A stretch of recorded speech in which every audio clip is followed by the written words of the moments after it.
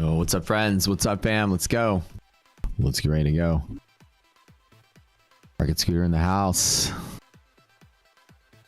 Thank you for tuning in every morning, coming in and trading with us. Y'all ready to do this? Y'all ready to rock?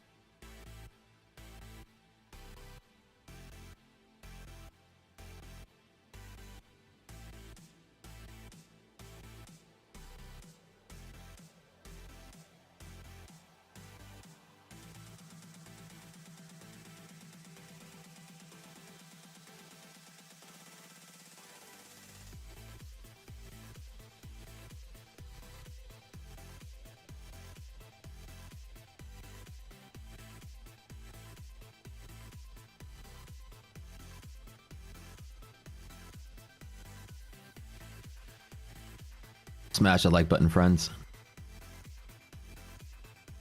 You know the drill.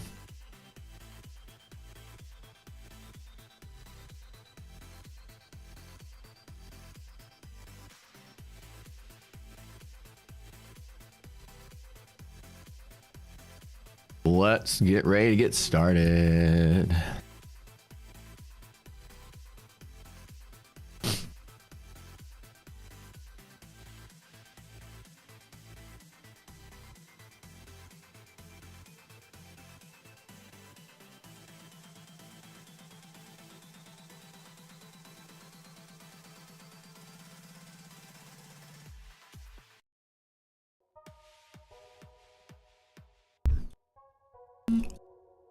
What's up, everybody? Whew. I always have to like wake up and just comb my hair a little bit. Like, just crawl out of bed. Busy day, busy night. We're working up all night on the data feeds. Y'all like my mirror in the mornings. Let's see, how's my part look?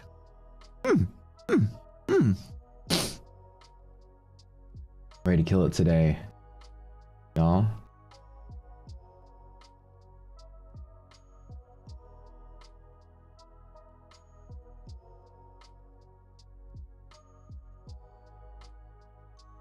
Ooh.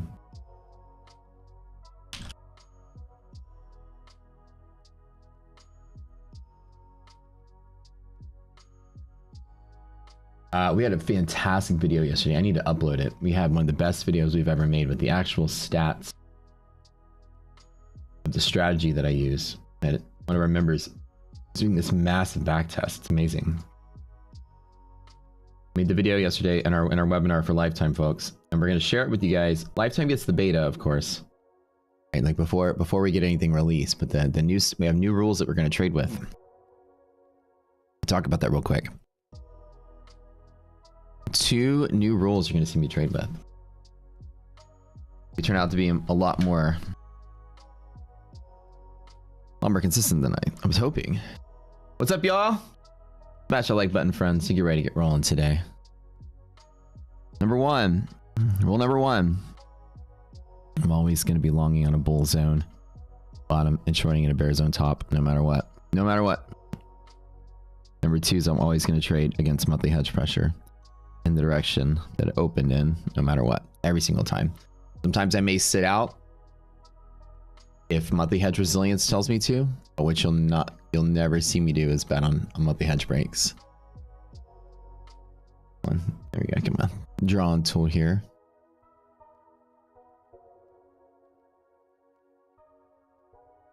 What's up, everybody? Buongiorno. Can you both hear me echoing? Oh, Chase, you were watching me in 2 places at once. Oh, I love you that much too. It's okay. Oh, daw.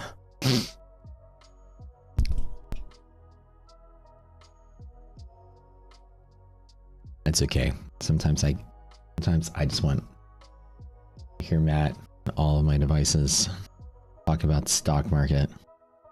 Speaking of the stock market, let's talk about the stock market today. Or not to. Oh. Lee, stop. All right, let's go. All right, today we have Atlanta Fed GDP now coming around middle of the day. 20-year auction, probably not as brutal as the other ones have been. like the 10 or the 30 or anything like that. The 30 was last week. Wednesday is kind of a light week as well, other than FOMC. Sorry, light day other than FOMC. Then Thursday, decent for the PMI. Powell speaks Friday. So the week's going to pick up pretty crazily going in the Fed. I think the last bit of a bull run has been pricing in the Fed. So we got that coming up.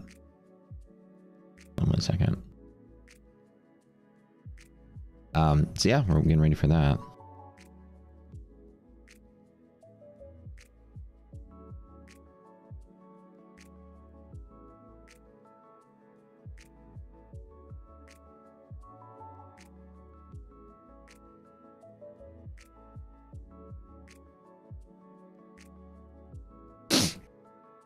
I'm just that charismatic. Well, I'm trying. All right.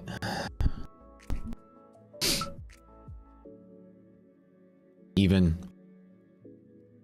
What rules do you whenever? So basically what there's probability rules. Bulls and bottoms are always a trade, even on hedge pressure breaks. Well, I'll talk about when we get there. I wanna get to the point. So some of the new, fewer sit out days. I'm gonna have more opportunities to trade. Strategy. Okay, phone.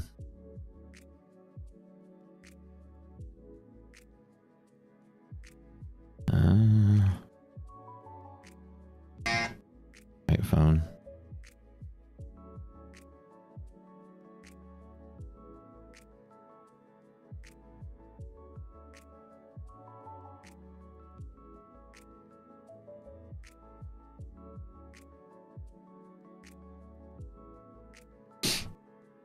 Smash that like button, y'all. Let's go. Market's opening in a couple of minutes.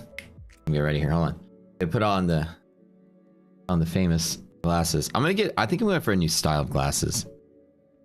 I'm wearing glasses every day now. It's because an old fucking sucks. I have to wear glasses that are, I don't know. Everyone tells me I look super hipster. I've always been like hipster look, I guess. I wore the black rim glasses before it was cool. Okay. Back in the day when they used to make fun of you for it. I'm just kidding. Nobody made fun of me for it though. I was always a cool kid. Not because I was cool. My brother was cool. I was cool by proxy. I was nerd for sure. But I was rocking the hipster glasses for the hipsters rocking the hipster glasses. So how do you know? There's a hipster joke. How the hipster burned the roof of their mouth. They ate their pizza before it was cool. Ayo. Thank you, thank you. I'll be here all week. Try the fish. Okay. Love being in your group. Grant, what's up, man? Awesome, dude. Glad to have you. Okay. Reviewing liquidity maps today. We're getting ready to get going. So Fed tomorrow. So market's been kind of relatively stable. Pre-market sesh, everything's just kind of sitting pretty. We're inside a DD band. It's gonna be a nice, actual tradable day. You can get some kind of dip down here in 5190s to take a long on. Nothing. Market's still extremely bullish. Why is there nothing showing up on RTY? Come on.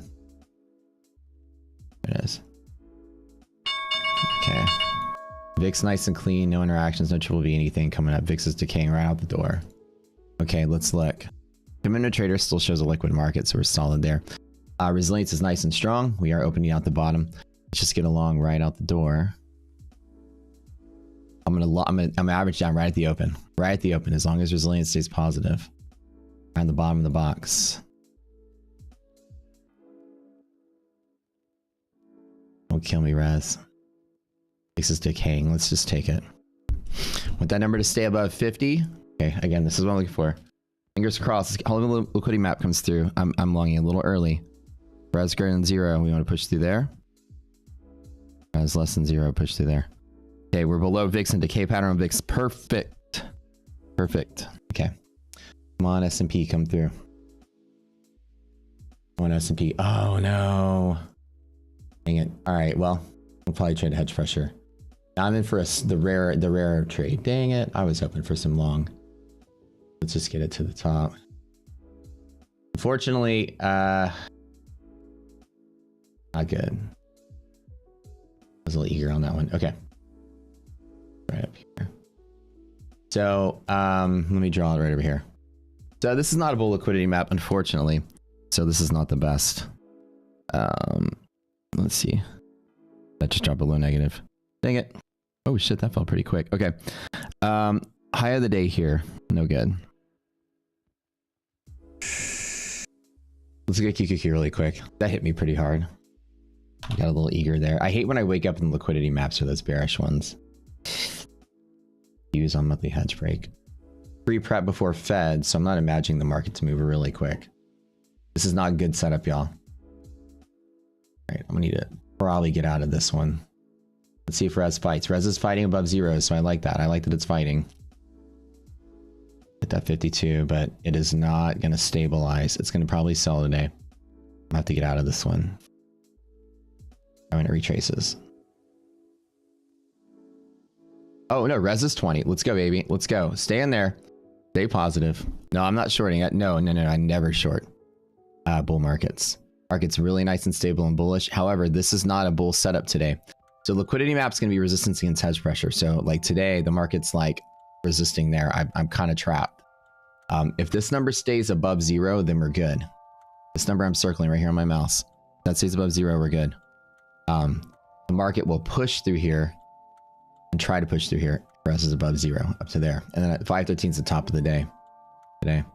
High of day here.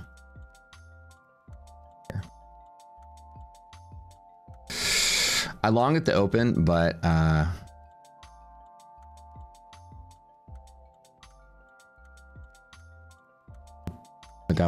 was a little eager. Once liquidity maps came in through, I'm like, oh crap, this is not a good day. It's not a good setup.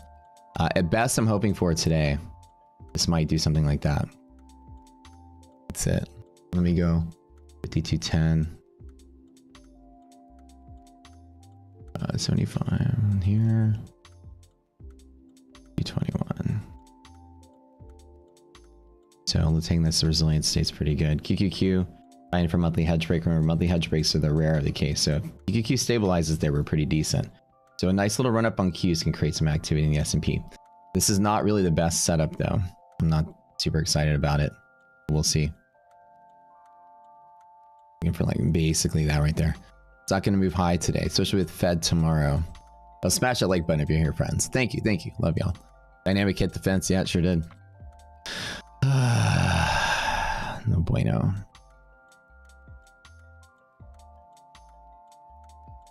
It's not the best setup in the world.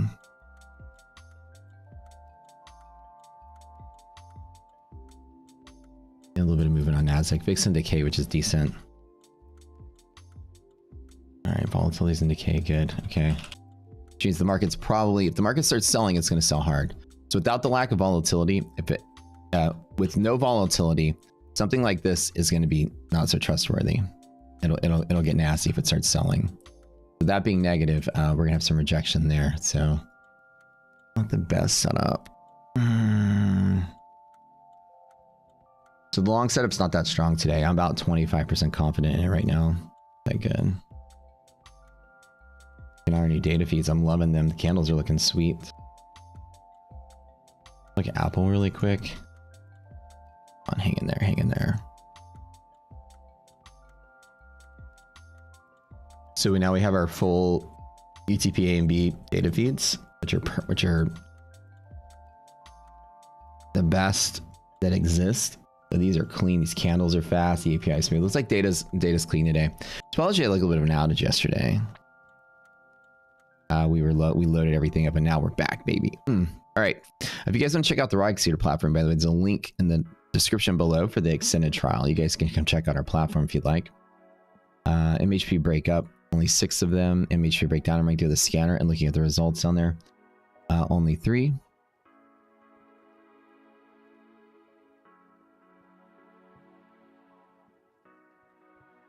It's not a good setup. Okay, so 2 of our indicators here are fighting against me. Resilience less than 0 means that I will get lucky if it runs, but right at 512.50, the market's likely going to have a fight. So the fact that res is pushing above 0 while S&P is pulling down, that's a decent sign, but it's not. Some stock is trying to fight. I'm going to see what that is really quick. Like I said, I don't think I'm in a good trade right now. I don't like it. Below half gap. We're going to find whatever stock it is that's making that happen. What stock is on the fence today? I'm sorting by distance to half gap, the higher volume ones. Let's just do volume search then.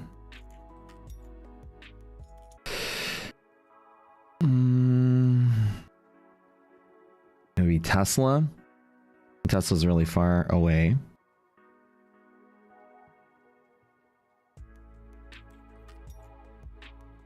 Nvidia, AMD, Palantir, and SoFi. Not the best setup today, but it's fighting to go positive, which is good. I'm looking for this ticker count to change to go lower. So 650, there's a lot of stocks below half gap. There's a lot of stocks that gap down that are looking to trade lower. So I'm definitely not in a good setup right now, but this is fighting to go positive. So I do like that.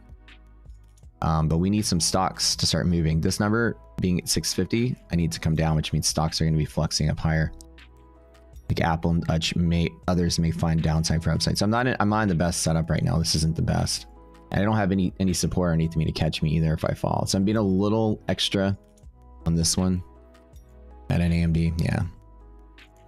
From Nice and Snap, you guys like the new data feeds? They're crisp and they're clean. Look at UVXY whenever I had it up earlier. So unfortunately, I'm not in a good trade today, you guys. Not the best one.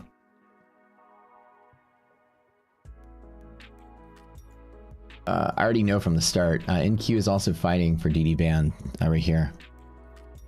So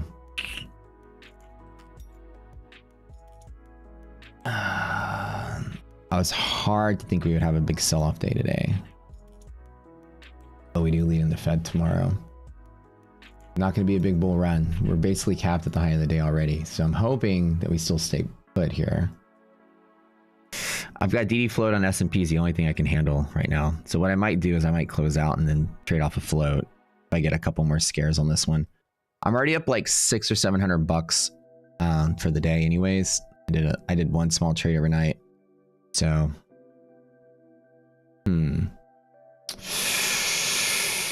it's not giving me lovey-dovey signals right now. Not the best setup. DD ratio is strong enough though that maybe we get some float on Nasdaq. And what I'm watching right now is I want to see that VIX still stays in the decay pattern. This is hopefully, to me, this is what is going to keep the market from moving pretty quick. So I'm just going to trade off of these V's. Let's do a dig. I'm going to close out in 3 points, like right at 52. I'm going to add one more and close out really quick. Res is going down, S&P is going up, so there's a little bit of a bull trap about to happen. So what I'm going to do is I'm going to add one more and I'm going to close it real quick if it moves. This is dangerous though. So right now I'm kind of like neutral for the day because it's about how much I was up today. Get a quick little pop. Just kind of lower my cost basis just a little bit. I'm trying to see if this resilience number repairs itself. And this is 545, which is good. It was 600 earlier. It means more stocks are flexing up to their half gap, which is a good sign. Come on, baby. Before Fed as well. So we have Fed on Wednesdays. Just be very careful. Boy. I know. Data feed is great. Do you guys like the new data feeds? I do too. Don't kill me. Don't. Today.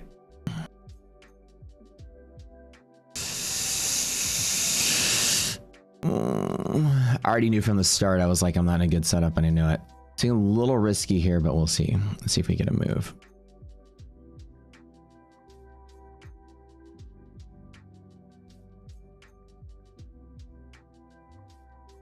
looking a little rich for my blood here. Tech is what's getting slammed. So let's see that Nasdaq move. So VIX does UVXY hedge pressure tap. So this is the test right here. So this is that candle that I need to move. There's the VIX reversal. Talk about that all the time. Let's see if that gets us going or any kind of movement here. But if not, then start breaking through here. It's going to be pretty bad.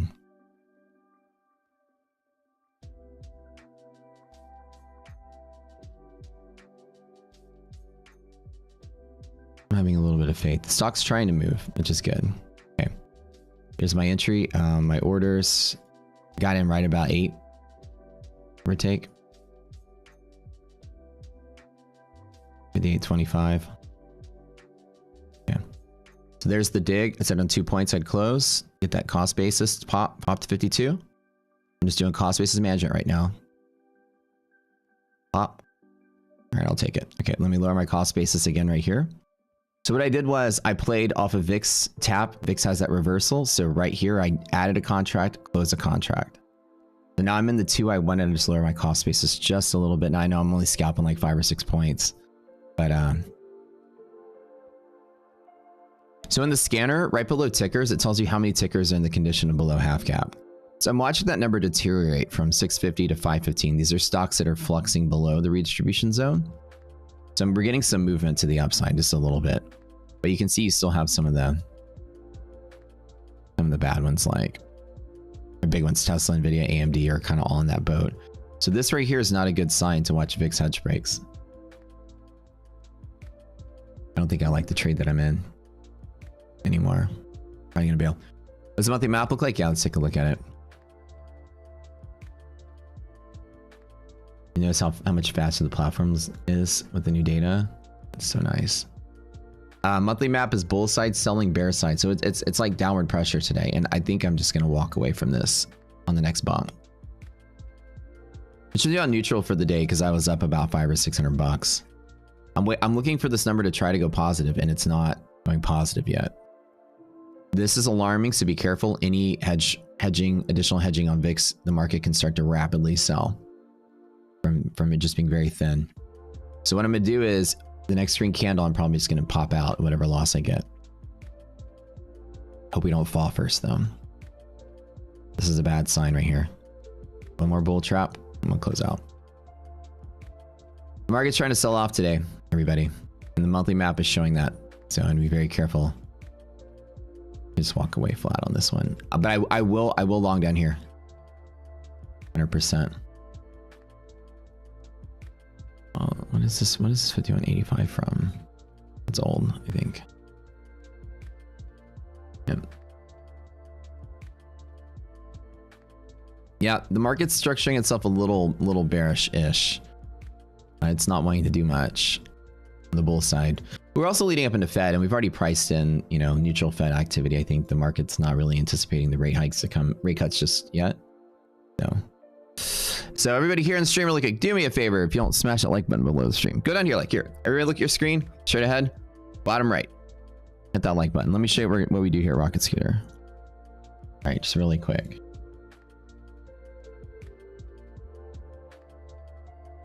All right.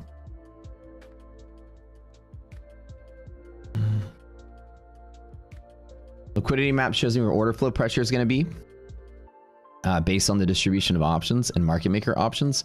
We know market maker gamma levels. We can isolate that from the rest of the mix. That's our secret technology here. Use math to do that. Resilience right here.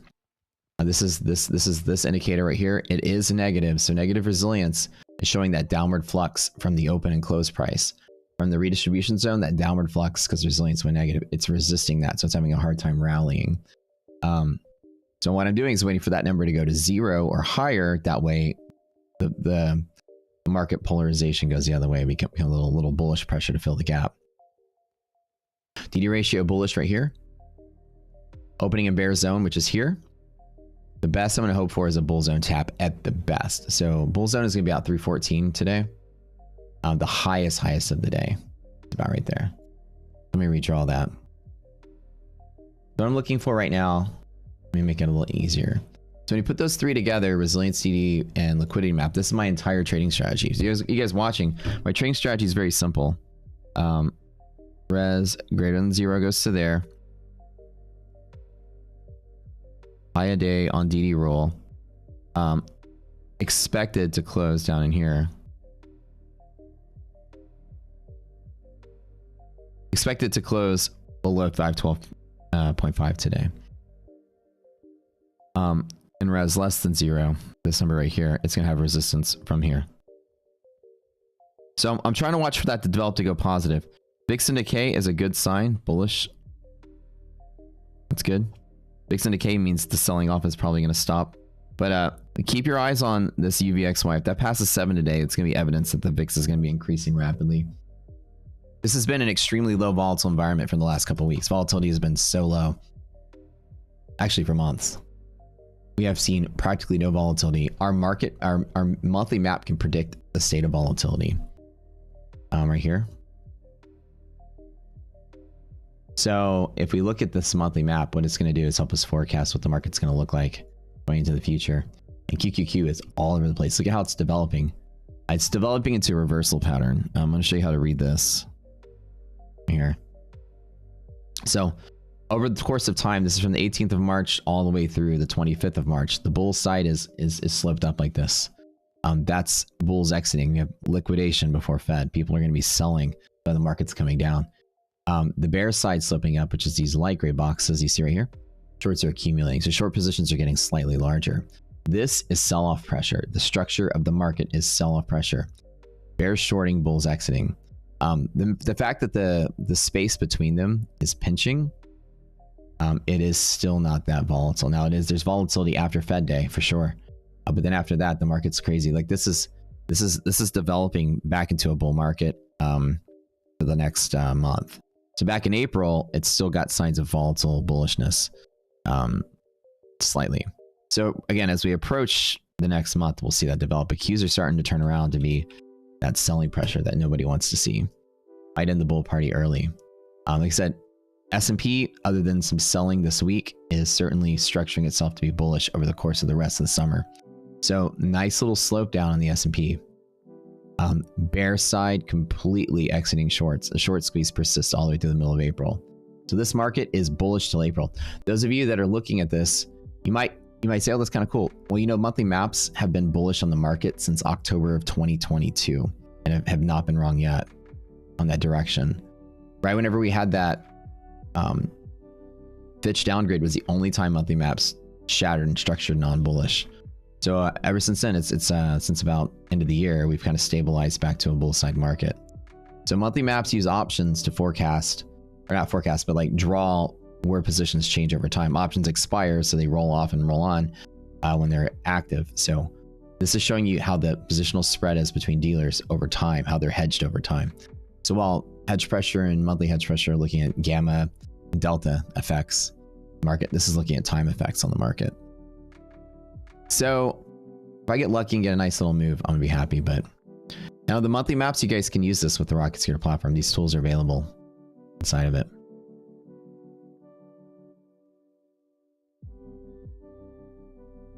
Resilience fighting to be above 0 is a good sign. I don't hate it just yet. This number is still pretty high. Almost all the stocks have, very few stocks have turned around to gap up. So let's actually change this to see which ones have broken through. Who are some of the good actors today?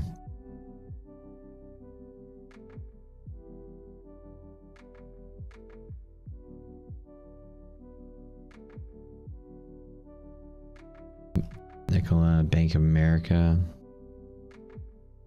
Amazon. Okay. A light trading day in the morning. Volume's pretty low for Amazon. I think there's going to be a lot of activity pre-Fed. I think that's the kind of takeaway here.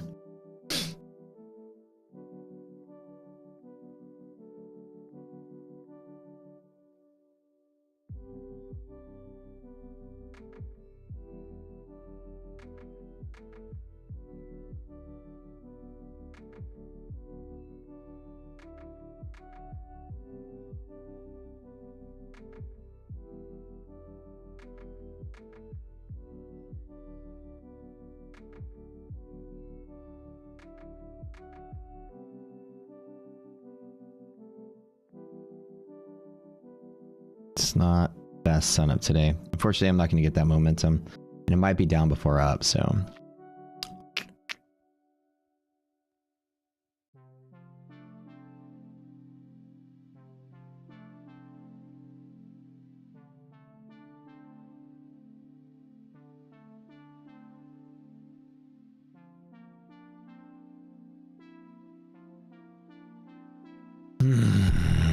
This trying to fight, but we're not getting that movement. I don't like I said, I don't like the trade I'm in. I'm not too hopeful for it.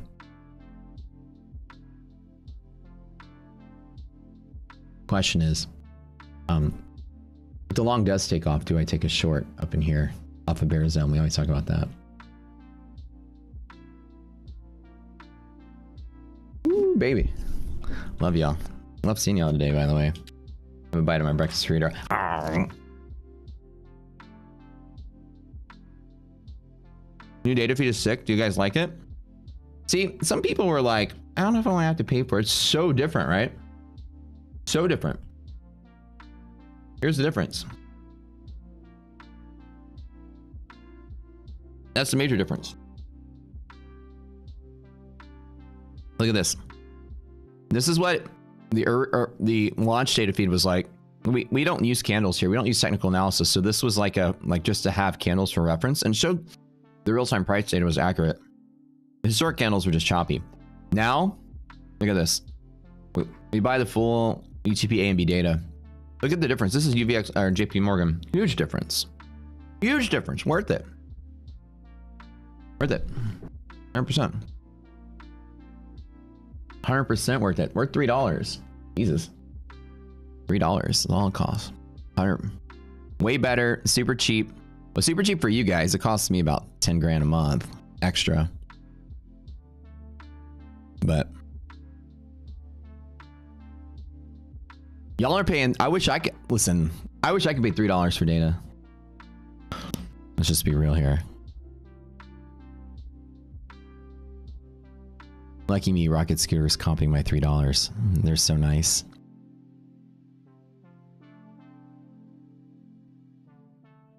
So now it only costs $9,997. What? Ah, man, it's not even looking at this. More complete, yeah. So worth every bit. So sorry about the outage yesterday, because well, not outage, but there was like a little bit of a hiccup yesterday. The hiccup came from the idea that the fact that we were part of our caching of certain data. We were still. The platform was trying to point at both APIs in two different places. So like when you'd switch tickers, it was just like I said, it was a one line of code. We found it, and now everything's cool.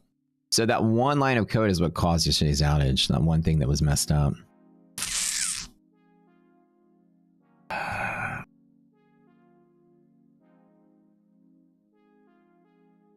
But we fix it. Yeah, the candles are clean. I like seeing VIX like fully developed. It's like making me like turned on a little bit. Ooh, and hot in here.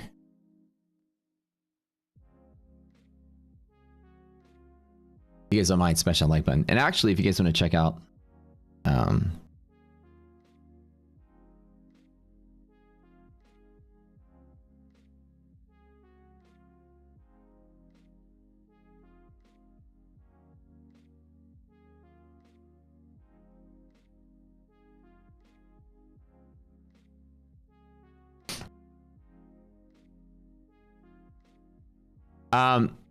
my stop is going to be right about here, where my mouse is. If we start pushing lower, I'm going to stop probably about 510 and some change, like on lower lows.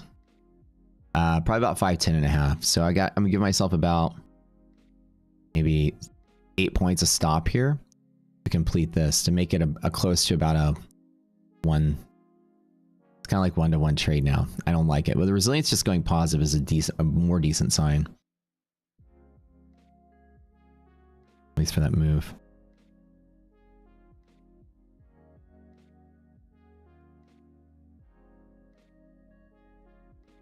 VIX and decay is also moved. So VIX decay pattern is going in here. So if you guys want to check this out, you know, you guys have like Trading View or anything like that.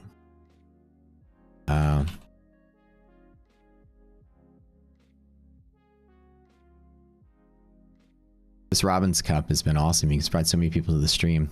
We've had like maybe 5-10 people sign up a day now. Big group, like huge, like the new influx of folks. We love that you guys are coming to check out the platform. We made it 35 bucks a month if you want to just check out the platform. I'm the CEO of the company here. And we created this trading platform. We even white labeled TradingView's charting, just this little section right here. So you can have all your TradingView tools and stuff. We're creating a coding language. It's almost done for beta launch. You can come code your own indicators in the platform. We're bringing this massive marketplace of vendors where pretty much everybody that you know of in the financial space will be selling their tools, the best tools in the space. Like, we're choosing a whole awesome variety of people to launch with us. So you have all kind of neat tools, indicator services to kind of like things that we think are great. Will all be there. Well, I mean, anyone's welcome to apply to that. But we're gonna have the beta. The beta is gonna launch with people that we think are great. So it's gonna have all kind of new features to the platform. But for 35, which is normally 200 for all of the indicators, I mean, you guys can play for 3 months at 35. That's like a deal you can't pass up. So we love you to support the platform. Everything kind of goes in developing full features of the platform. STD band, tap on NASDAQ right here. Let's go ahead and show you what that is. That's that first resistance. You can see right here. So this is going to be a resistance here. If NASDAQ, again, we might have some downside from here, so just be very careful. That's your first resistance. So when it hits it, it's going to like to fight off of it. So be careful there. This is a bull trap if there is one. So I'm going to be very careful myself. Resilience is greater than 0. I trust the indicators. I do. I trust them.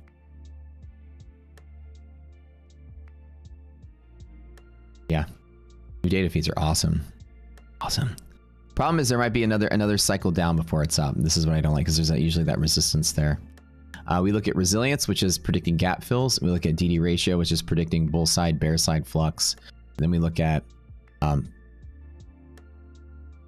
liquidity map, which is here somewhere, which is order flow predicted from options. That's all we do. We use options. So I'm trading futures, and I actually am looking at options to trade futures. You might not know it, but this is actually looking at flow from options. So here's just as I said it, there's that first downside resistance down before up. And that's exactly what I just literally said that. And there's that red candle. I said bull trap.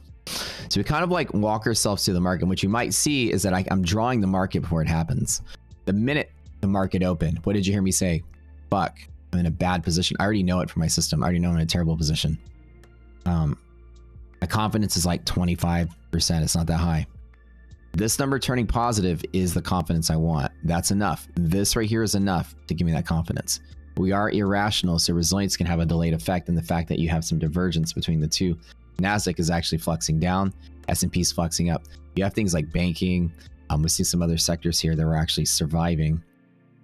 That ticker count above half gap is now growing really quickly. Most of the stocks have now fulfilled its half gap, and VIX is in decay. These are the two signs that are giving me some hope on this market. So I'm looking for about a 52.10, give or take. I could probably get maybe 10 points on here. The max, no higher than 514. If I was trading today, I'd be selling calls above 514. If I were to do anything today, it's like a day trade or a swing trade other than futures. What I would do is I'd be selling calls above 514.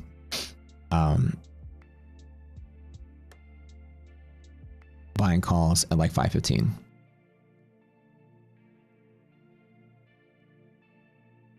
Oops. This is what happens when you have a bajillion browsers open. Hold on. I just updated my RAM too. So let me refresh. 1 second, you guys.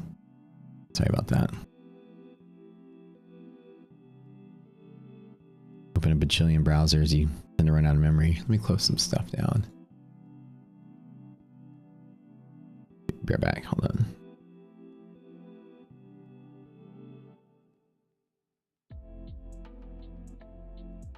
There we go. Oh, I love my be right back screen. It's super cute. Look at that. The Rocket Man.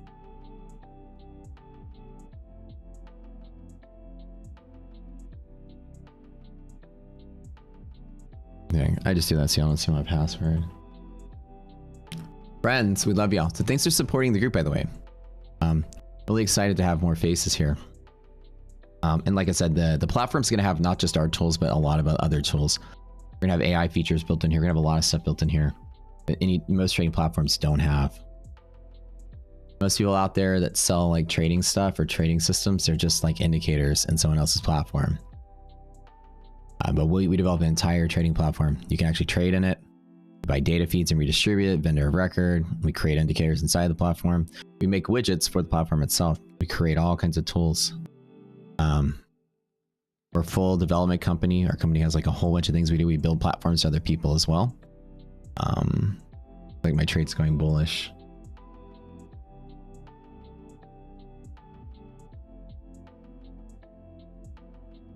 Again, I'm not getting the trade. This is not the trade that I want. It's going to have a hard time moving.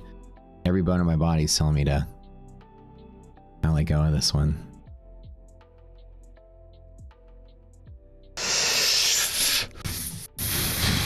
But this is moving fast enough. We need to see NASDAQ to get some steam. I need some tech stocks to bump. I need this number to go above 0.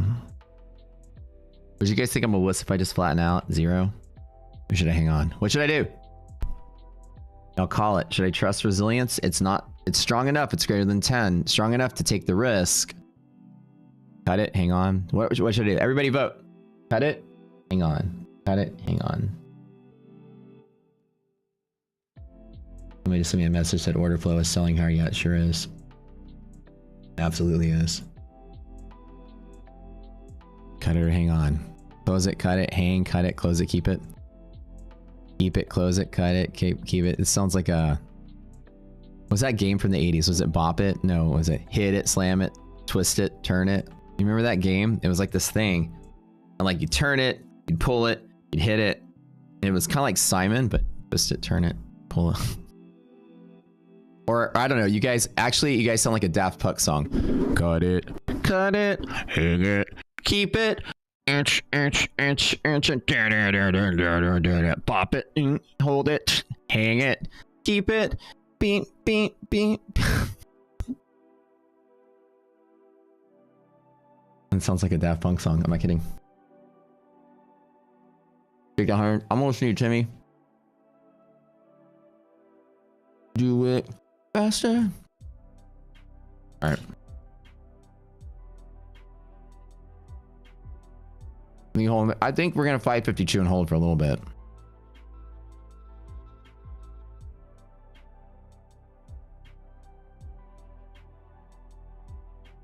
Yeah, it's always a win when mitigating risk, preserving capital. That's right.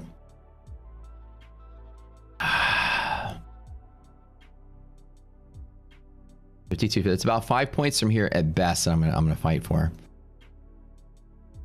5 points on 2 is $500. RDZ close. Yep, you're correct. We're like right on the edge of the box. Let's look at QQQ real quick. So VIX is in decay. So yeah, everybody, if you don't mind, we'll do a little webinar after the stream for those of you that just signed up or you want to sign up. I'll tell you, if you want to buy the tools and buy the platform, $35, not a lot. Just check it out. We'll do a little webinar today. I'll teach you guys how all this works, what I'm doing. How can you draw on your screen? I'm using no technical indicators anymore. We kind of got out of that whole system. That's a very like 1970s way to trade. Taking people with indicators like crammed all over their charts. You don't really need it in the modern day. That's very old school. That's like, that worked when like you can get your stock charts out of a newspaper. Not a lot of people traded. Everything now is all algorithmic and quantitative. Don't let people tell you that they're pretty pictures drawn on their charts is any kind of quantitative approach at all. It's just analyzing candles. It's very basic and not that deep in the market. What we do is we look in the options world. We look at arbitrage between the index and the things it tracks. We look at order flow, volume potential from the Black-Scholes equation. We can rip that information right out of the options landscape. So we take a purely mathematical quantitative approach here. The people that started Rocket Scooter, myself and others, are engineers. Look over my head right there. The chemical engineering degree. Graduated with honors. Dean's List, all that good stuff. I'm a genuine nerd. I just don't have hipster glasses because I'm a hipster. No hipster glasses because I can't see and I read a lot of books because I'm a nerd. Math nerds here unite. Despite the on-stream theatrics and very terrible singing and occasionally bad jokes, they're actually very serious mathematicians here. And computers happen. It's not like knocking TA that much. TA is not terrible. It's just not going to be predictive of the stock market. We're using very solid tools. You see how the market's selling off and I'm not super scared. I just hate it. I said there's a 25% chance. You're watching that 25% chance. The market does not want to rally today. All signs are not pointing to rally. All signs are pointing at best there's a pop and drop. So I might get lucky. We'll see. I made like 500 or 600. No, wait, hold on. 500 or 600 bucks maybe. I don't exactly remember. Last night, when I bought, I doubled down. I closed. So my first contract took a loss a little bit. The cost basis that I have are now positive. So I'm probably flat today. My first contract probably lost 300 bucks. Oh, actually, maybe probably lost 200 bucks. I'm flat for this particular trade, but I'm ahead for the day, which is great. I'm very close to 4th place in the world in the Robbins Cup, everybody. I've only had one losing trading day, I think, on this account. I think one, maybe two, but maybe like 1 or 2. So it's been pretty nice. And I say losing, like, don't quote me on that. It hasn't been a lot. Been very lucky.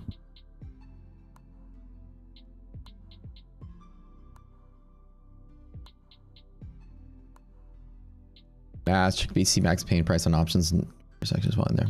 Okay, cool. Good to see. You guys do me a favor and subscribe to the channel while you're here. This will be nice. Support the stream. You're watching, you know, I'm competing in the Robbins Cup. I'm the CEO of a company that's making a trading platform. I have a subsidiary that builds trading platforms for other people. I'm building a marketplace, the biggest financial marketplace on the planet. It's the Amazon for traders.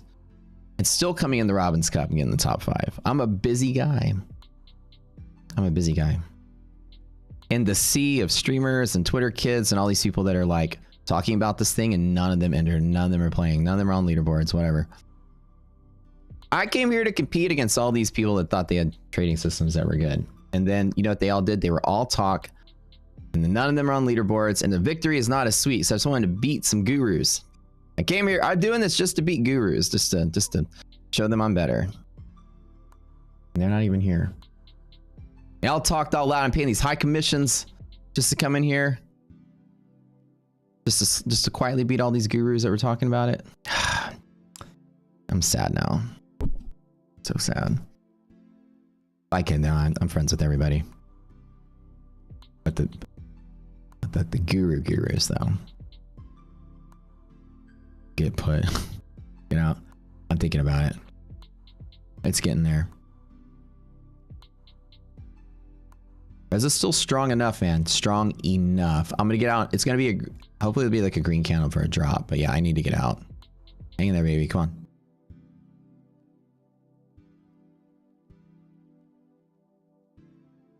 Oh.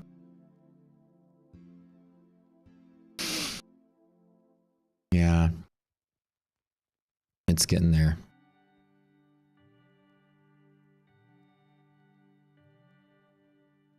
I'm just not getting lucky to wake up to like good setups. Clearly our setup, as I'm showing you right here, is not that great. Like I said, the probability of getting the trade I want's about 25%, give or take. Not that exciting. It's a very low probability trade now. Here's that pivot off of monthly hedge pressure. So Nasdaq is going to fight right here, and there's a resistance. Resistance of monthly hedge pressure is always going to be a thing. So that's what we're seeing. QQQs is rejecting that 1B move right here. There's that order flow to the downside. Technicals are all, but Alex at the top of technicals. No, he's not at the top of technicals. He's at the top with risk management and position management and trading skills. Trading skills have nothing to do with how you read the stock market. It's not trading skills. So I think like most people get that wrong. Is like people try to think that like you can like literally a monkey with a blindfold on could be successful at trading if the monkey with the blindfold knew how to manage risk and positions.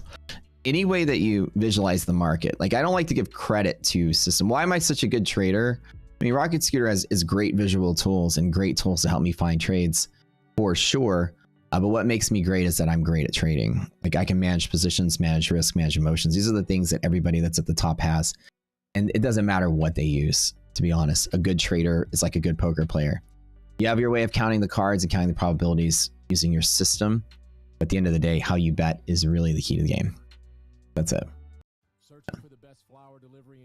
So people at the top, everybody uses some kind of way to analyze the market, but they're all very good traders. This is what I always say. The people at the top of the Robbins Cup that I'm trading against right now are actually all very talented. I actually told people on my stream, I'm actually very nervous because they're so good. I watched their stats. Their stats don't move. They have a really solid, very rigid dynamic risk management system. I can already tell by how little their positions move, how little their account moves. They're not trading a lot, which is great. I just don't like what I see. You're right. I'm gonna take the long and cut it. So I think I walked away slightly underwater today for this trade on the stream.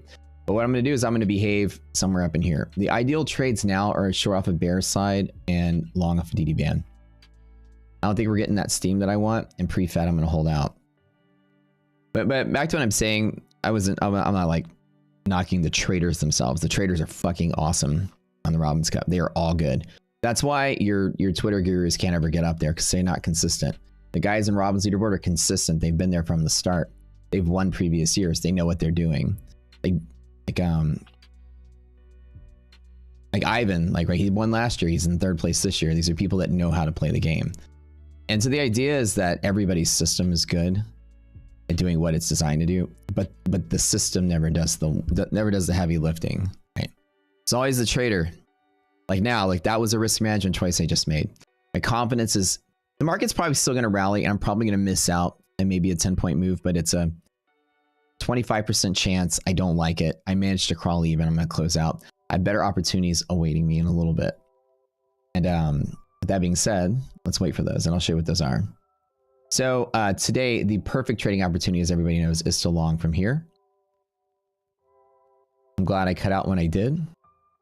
You see how all signs were just kind of like, I don't like that. Yeah.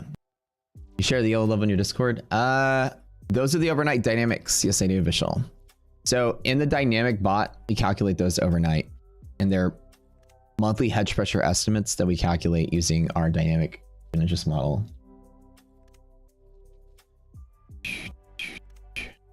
Yeah.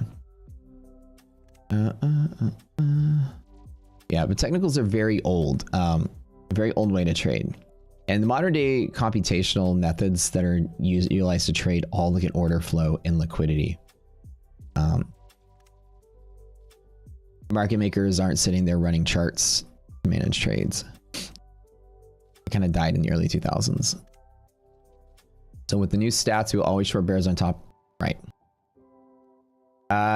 Again, we're beta testing that now, but correct. So we opened up some new stats, and the stats are as follows. I always going to short bear zone. Now with DD being supportive of that, gives me more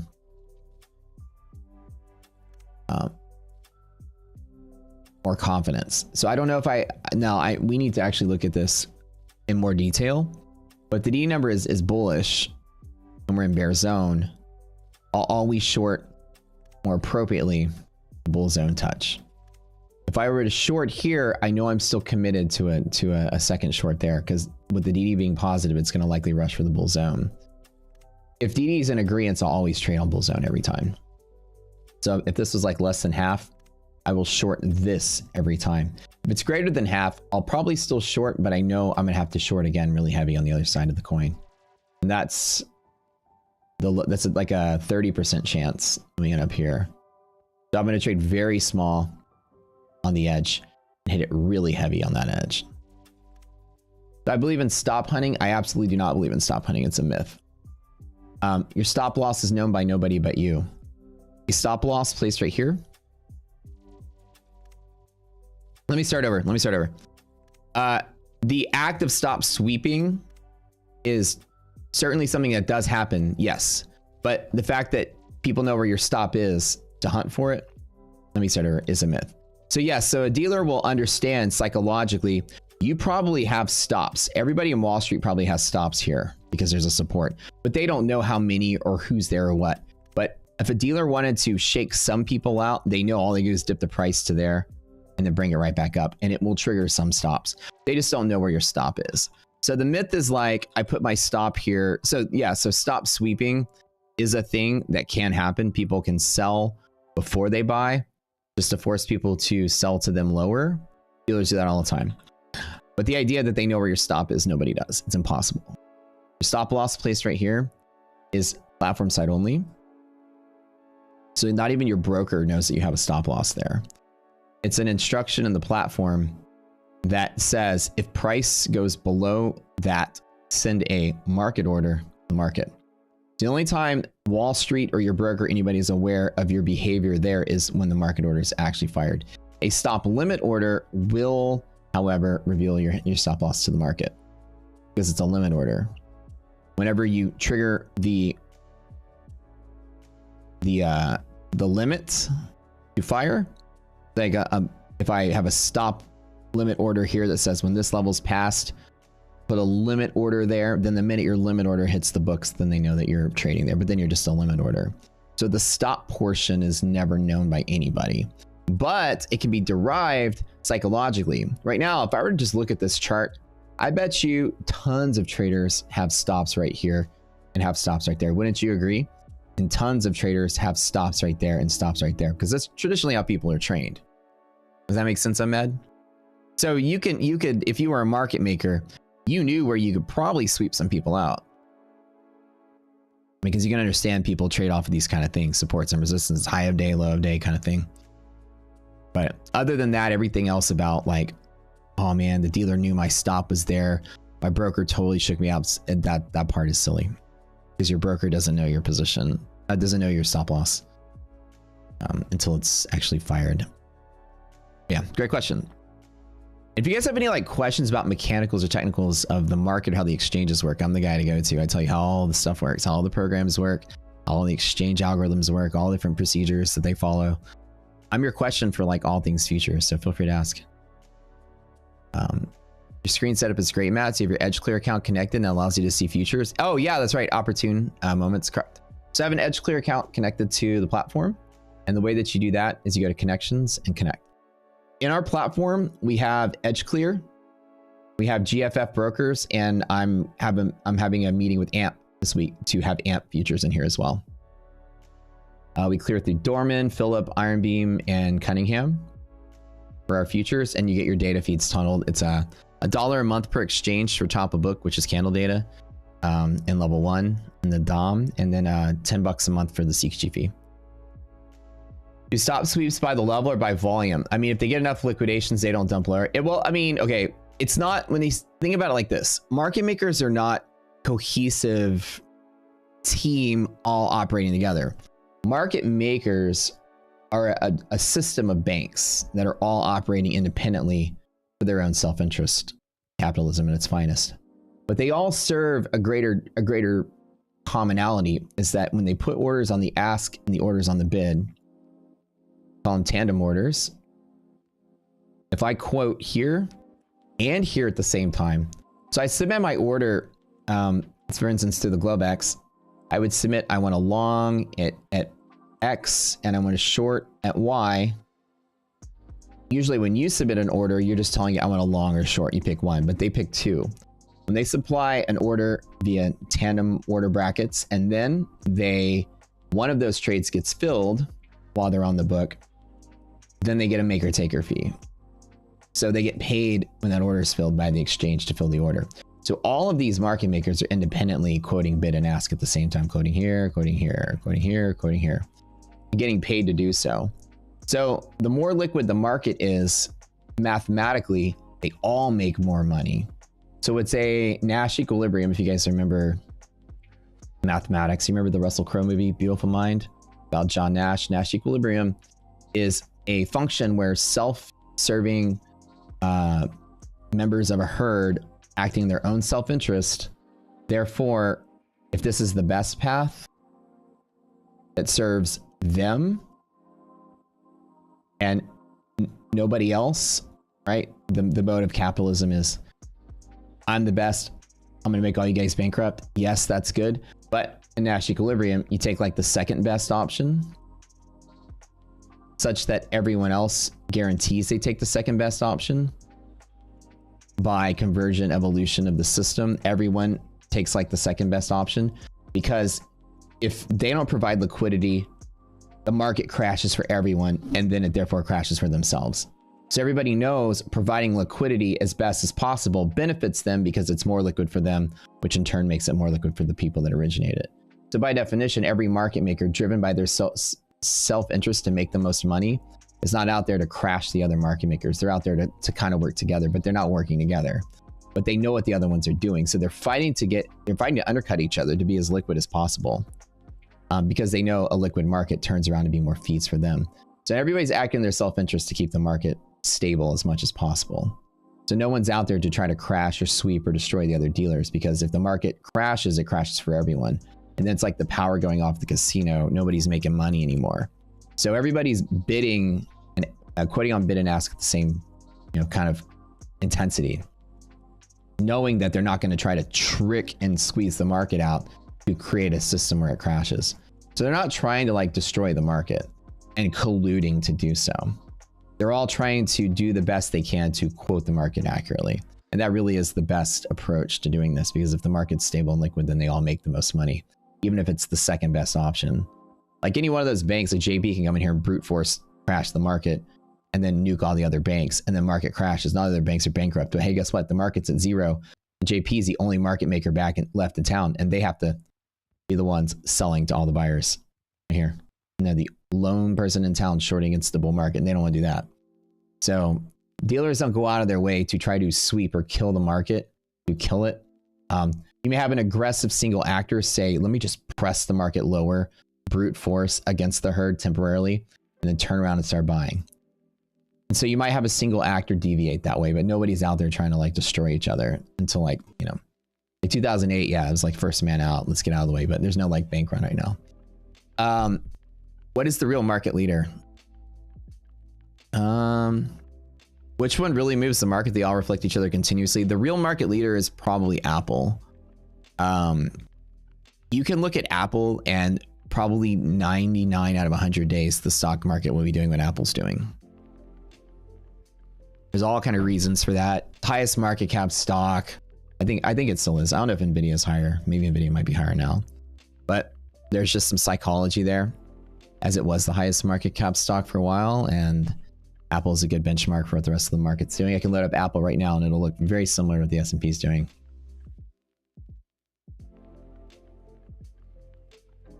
Down, up, down, down, up, down. Now different frequency, but yeah, your big tech, your top 10 stocks are pretty much movers of the market. They enter a trade today. Yeah, I did a trade last night for like $600 or $700. I did a trade this morning for a loss of maybe 200, so I'm up like 400 for the day. I'm looking for 2 places to trade today.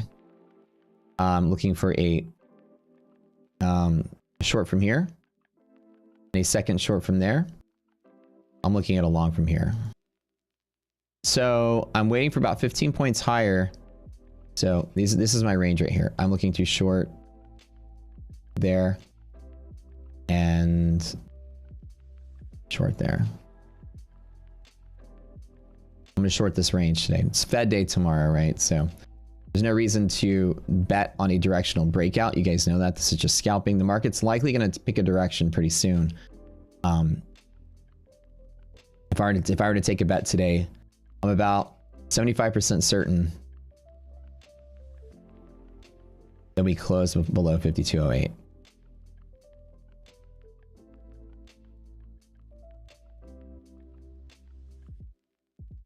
So inside of here, again, these are from our back test, but I'll tell you that later. You guys, actually, if you guys come to the video, you sign up today, we'll do a webinar after the stream, and I'll show you guys some of these things. I'll show you a couple of things.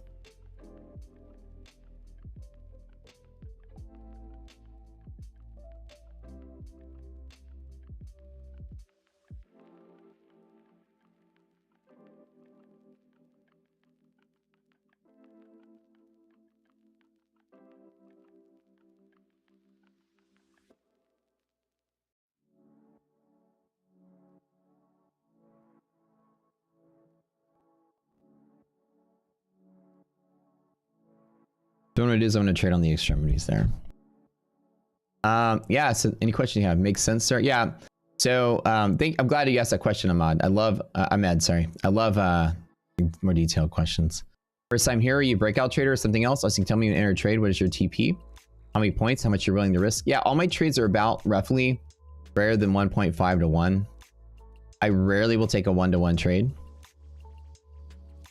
I'm not a breakout trader. What we use, we have a system that we created that's unique to the market. Like nobody really does anything like this. We basically do options order flow, but we have a different way of looking at it. We can take all the options. So I trade S&P futures and NASDAQ futures. So what I do is, an example is I have S&P futures on my chart right now. I've got SPY sitting next to it, right? This is the S&P's ETF. And I look at the options in SPY. I can filter them down from our algorithm that looks for just options it believes belong to a neutral risk trade held by market makers. It's a way that we find that. And then we take all of those positions and we can reverse engineer right here where the bulls and bears are actually positioned against the house in abundance. So there's the bulls are way up here, the bears are way down there in abundance. So we're trading in bear territory just for today in general. And as you see, the market's having a hard time rallying. So with that being said, we can look at the positions and the hedging against those positions and options, and we can derive pivot points in futures. So that's how that works. Zeus. So an example is I'm using liquidity map, which is mapping out where those pivots will be to trade off of certain areas. This is short pressure from here. So that's why I've got arrows pointing down from here and here. We're trading in the middle of the range, so I'm not going to trade in the middle. I'm not doing breakout trading, anything like that. I pretty much reverse the market every time the correct way.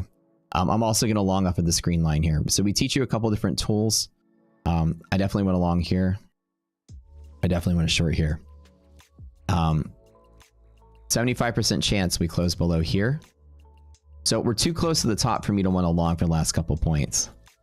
It could do that, but at the end of the day, I'm going to pull it back down in the middle. Fed day tomorrow, historically, you don't rally or sell off before Fed day either. You kind of just scan the range and end up where you are. Usually the Fed's decision is effectively priced in, so we're not going to get any rate cut tomorrow. We've already priced in the idea that we'll get rate cuts in a couple months. So market's already rallied for that. It's just unlikely the market's going to move today. So I'm going to trade the extremities and pull back in. Someone said whenever I put a stop in front of 15,000 viewers, the market maker hits the stop loss. Are you a streamer, Ahmed? My glasses are dirty. I'm licking them. No market. First of all, market makers are mostly algorithms at this point. Very human-driven algorithmic systems, but typically it's going to be computers monitoring order flow in real time. It's not a human sitting there watching streamers or watching somebody and saying, I'm going to nuke this guy. You might have a trader working, some low-level floor guy or desk guy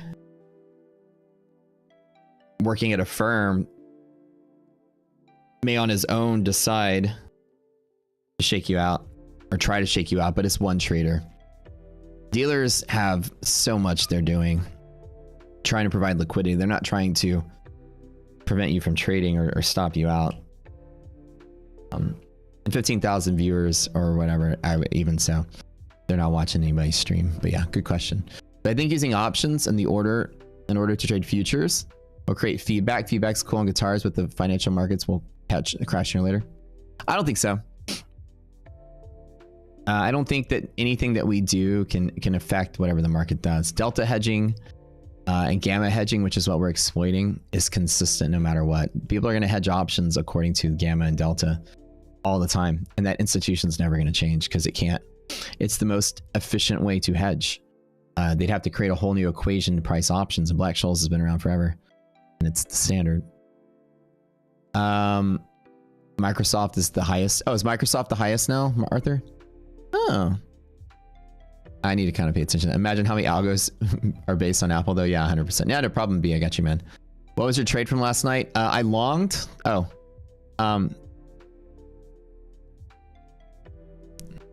I traded on this level right here. So as Nasdaq was pulling back yesterday,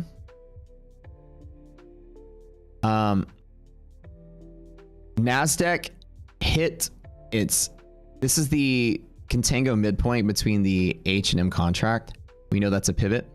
I longed here, and on S&P, like at the same time I longed the S&P. And then let me show you where. And then Nasdaq hit its overnight. Let me find it really quick. Oh, I didn't save on here. It's not 18,223. Hold on, let me find it. 18,244.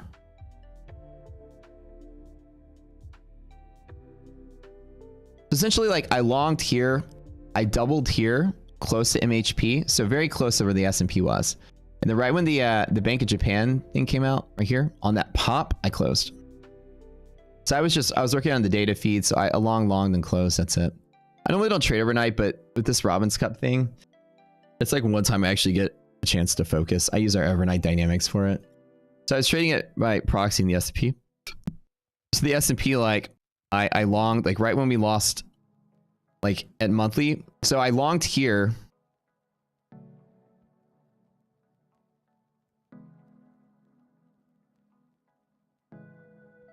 And then Nasdaq, oh, that's right. Actually, I remember now. I longed here. And then Nasdaq hit its own contango midpoint, like here. So I longed and longed again. So I added one, added two, and then it was trading like this. And then that decision came out. I was like, oh, there's a pop. I'm just sitting there, and all of a sudden my zero trade was like up at $600 or $700, and it just popped. I was like, oh, that filled that gap. Okay, I'm gonna close out. So I just, it was really small, very quick. But I was betting that we didn't break monthly hedge pressure here, and I had a 10-point stop on it. So about here, I would have stopped. I got pretty close to it. Contango midpoint. So it's an effect of longer term hedging between two different contracts trading at different prices. So on the 11th of March, I believe it was the 11th, we rolled over from one contract to the next. The H contract was trading here. And on the 11th, we rolled into the new one. These are the CME rollover dates. So while H was still trading through Friday, M took over as the front month. And between here, it's the midpoint between the contracts. At the moment, the IOP executes. You know, oh, IOP is the gap function that the CME group does to price the S&P futures. So when futures open, there's a procedure called the IOP, the indicative opening price. And what it does is it prices futures based on a distribution of orders on the level 2. And so this particular open price on this particular day is very important because people are rolling into that contract from one day to the next. And the contango is the difference between the two contracts at that moment in time. Across the barrier of H closes here, M opens there. Backwardation midpoint will be the same thing except you're going down. And this midpoint is always high volume pivot. Look at this. Look at this wick right here. You see this? Can't make it up. Contango midpoint is always a high volume pivot every single time. I teach webinars on that whole concept.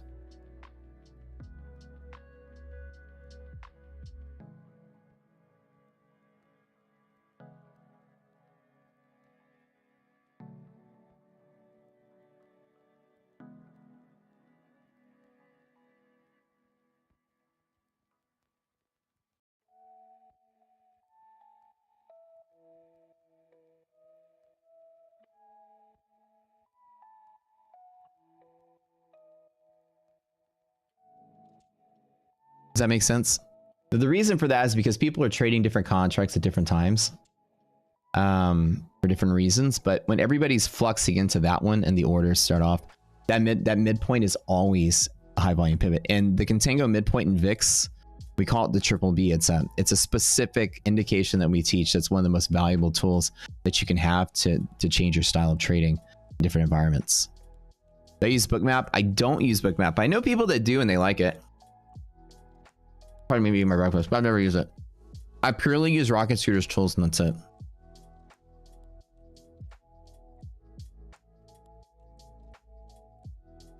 The monthly map on NVIDIA? Yeah, sure.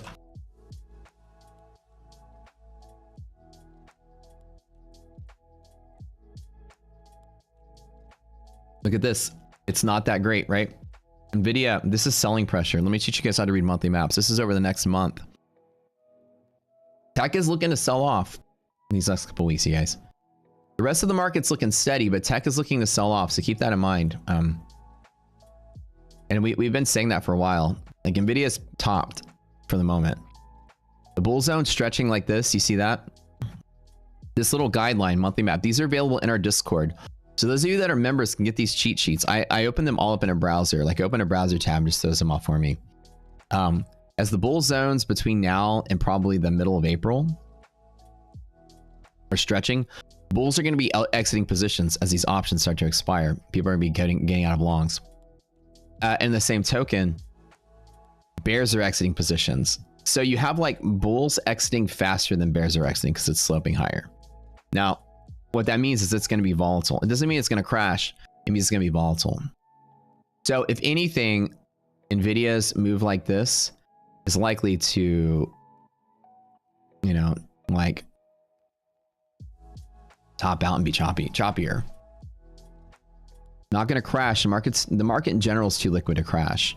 But you see how I'm drawing something where like volatility is getting bigger, and you're probably sitting in the middle of the range right now. Hold on. Let me turn my fan on.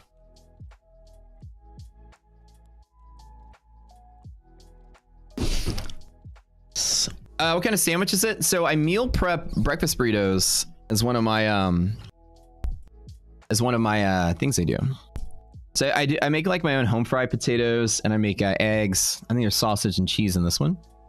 And I roll up like 40 or 50 of them, and then I put them in the freezer.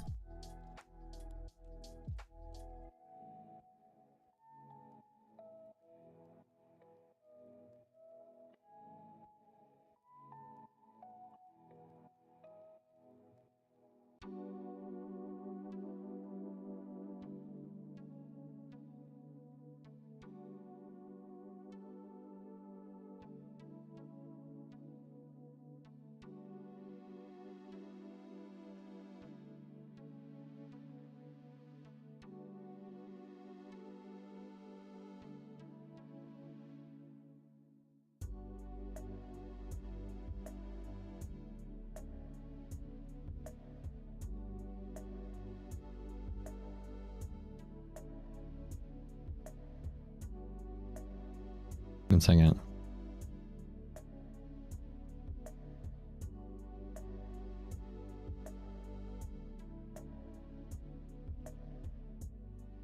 All right. So it's containing input. Yeah, of course. And so it actually is a very predictable high volume pivot. And if you guys, like I said, we teach all webinar series on this. All these techniques that I am talking about, they're actually all available on our website. If you sign up like our extended trial for the platform itself, it gives you like the platform and all the indicators and everything. It comes with like a whole substantial training. This just comes with it. All kind of videos on all these different things. This is a whole training series on all kind of neat stuff. You will learn so much about trading the futures market just going through this. It's worth just checking out, at least for the first month. Get through all this stuff.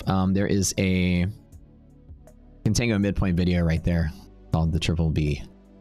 And yeah, you can watch all of them. You learn so much about it and how to trade within and what they're useful for. In VIX itself, we actually utilize this one as a major part of the strategy that we employ here, or that we teach here, that goes along with some of the indicators that I made. So I also like teach you guys how this stuff works, but our main business is the platform itself. But I'm also a trader. I didn't just make the platform. I don't actually trade. I actually trade my own stuff too. A very good example is here's the VIX. This is the one on that particular day. There's interaction with it. There's a high volume pivot, You can't unsee it. There's a pivot there, pivot there, pivot there, pivot there, wick, bounce and sell. There are very key pivots that happen. Something's going on there in the VIX as well that creates that effect. I changed my entire strategy based on if the VIX is above or below that line. I have two different ways I trade. Hopefully that helps y'all learn something about that. MHP for yes is post is 5056 in Discord. It's 5210.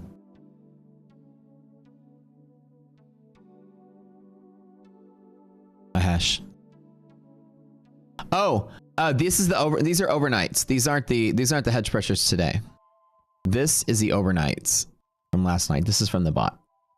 That's what those are on the chart because I draw them just because I use them overnight. That's the 5210 from the overnight. The bot posts this is every night before its futures market opens. Sorry about that. Where'd you post that webinar on that concept?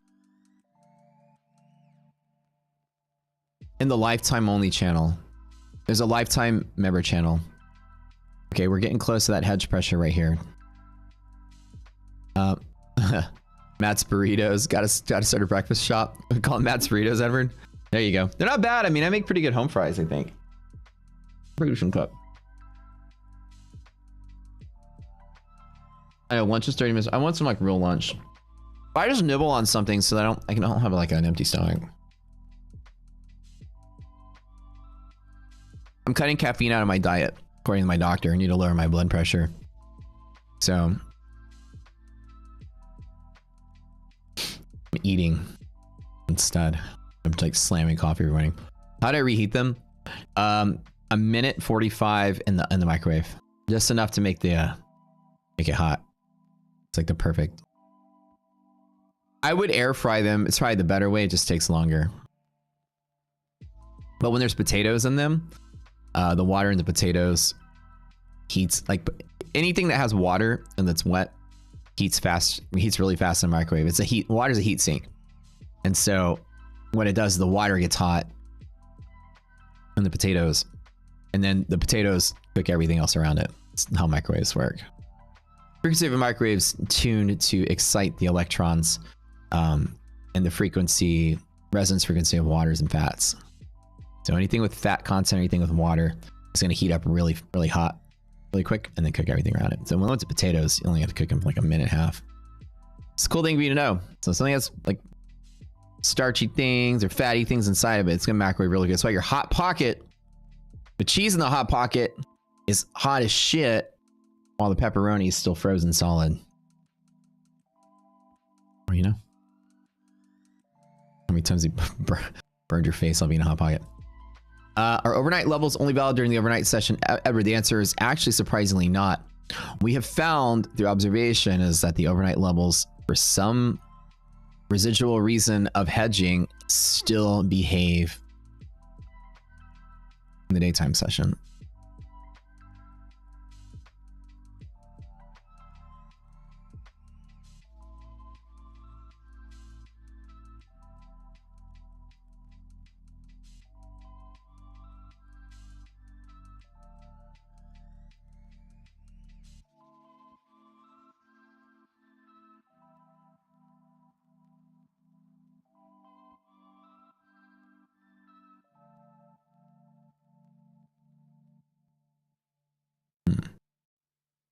There's that hedge pressure tap. That's the first resistance here. And I don't know if I want to take a short on it. I definitely want to short the bear zone though. Here. I'm going to be less aggressive on this one.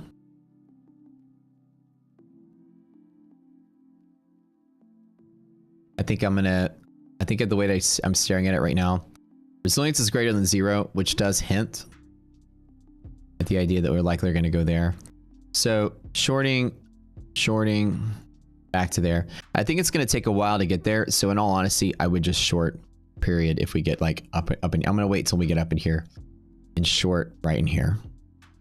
I'm going to go ahead and avoid the rest of this. I don't know if I want to directly short on bear zone. If I do, it's going to be like 5 micros. Here's my plan. I'll short maybe one mini actually, and I'll short 4 minis right there. Or sorry, 3 minis right there. Total. So I'll do one more, and then 2. So I'll be 4 total on 514. To stop at 1450.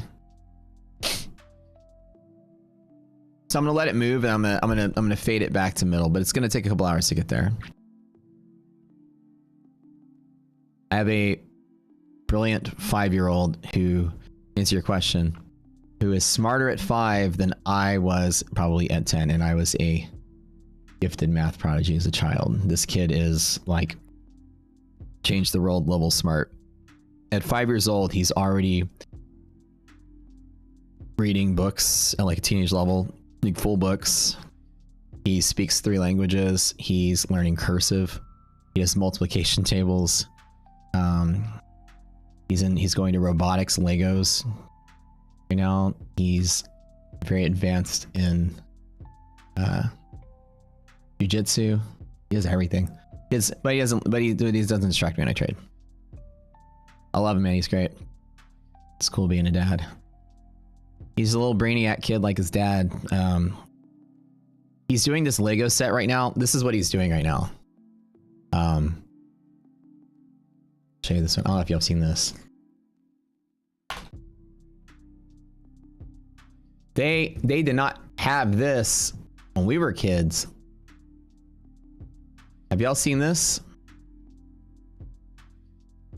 It's Lego NES, like the old NES. Look at this. Look at that. This whole thing is Lego and the Mario jumps. And literally it's on like a TV that we all had in like 1982, right?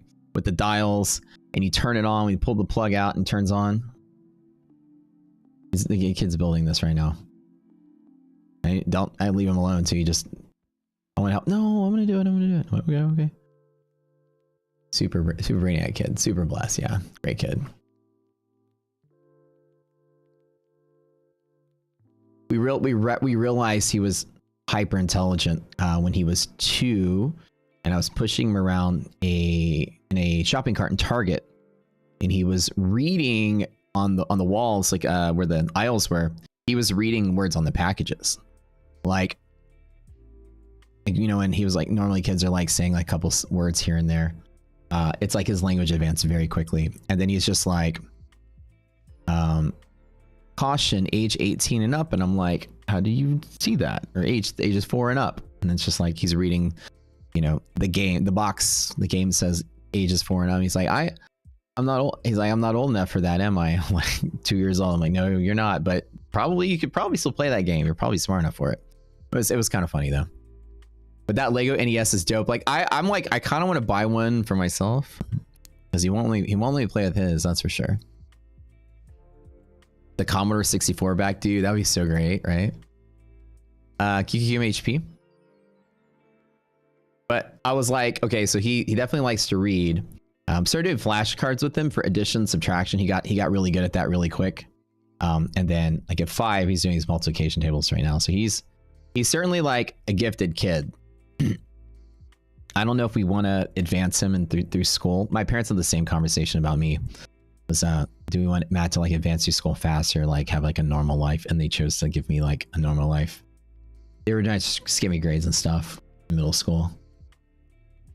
I even took the SAT in middle school as well. I was 12 when I took it. So this little kid though, it's fun raising like a little nerdy brainiac kid like myself. Because we like everything in common. Cool. Should I QQMHP? Yeah, if we get out of here. Shit. Open above, you're likely to close above. That is the likely case. So it's higher probability that you stay here instead of crash out.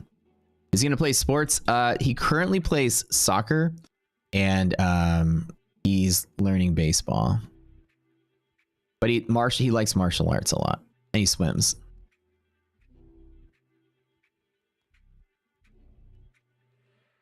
When I was a kid, I actually played football, and it doesn't look like it, but I actually played when I was in elementary school. And actually at 5 years old, I was being groomed to be the quarterback in my town. The Texas is a big thing on high school football, and they usually choose their quarterbacks at like age 5 or 6. And they train you your whole life. So I was a quarterback all through Little League football in my town, up until about middle school. I was actually not bad at football, but I chose the academic route instead. Right? They choose you. So my little brother, he was tight end, and so we both played football. My little brother actually went on to play professional sports. He played baseball for the San Francisco Giants organization as a pitcher.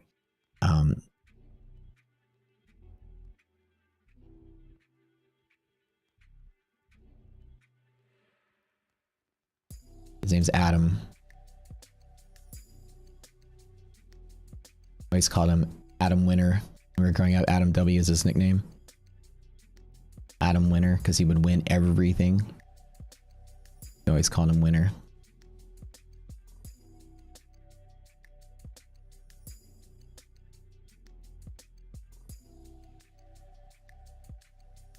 Do you have an estimated date for red lines and yellow lines to be added to the platform? We don't. I haven't scoped it out yet. When Marketplace is done and launched, the beta launch is happening now. Fully launched is about a month or less out. We'll deal with that for like a month or so and then immediately return back to the platform. Once that's stable and going, we're gonna come back to the platform and build the rest of the features. So I'm aiming for like end of the summer for yellow and red lines. I know it's a while, but that B's like, yeah, so too in Texas. I'm in Houston. You're east of Kaufman. Oh, no way. Cool, cool. There's so many traders I meet that are in Texas, man. Love it.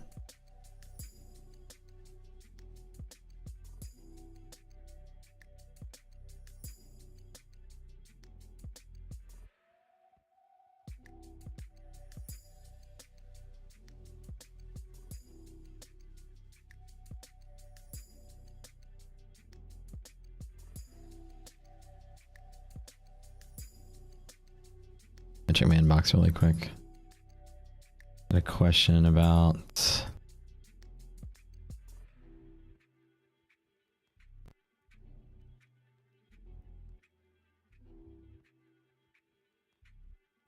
oh, okay.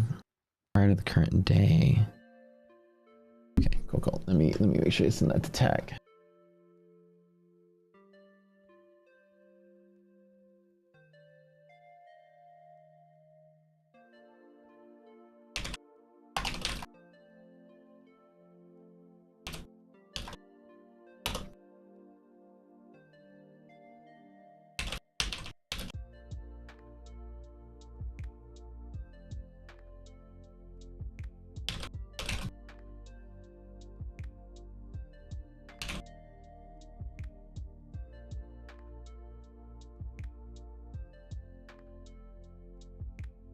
We figured out what that artifact yesterday was. Good to know.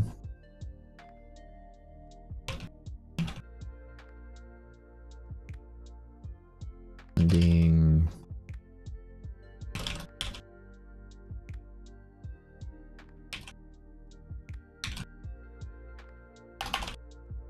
oh, that is interesting. Okay, good to know.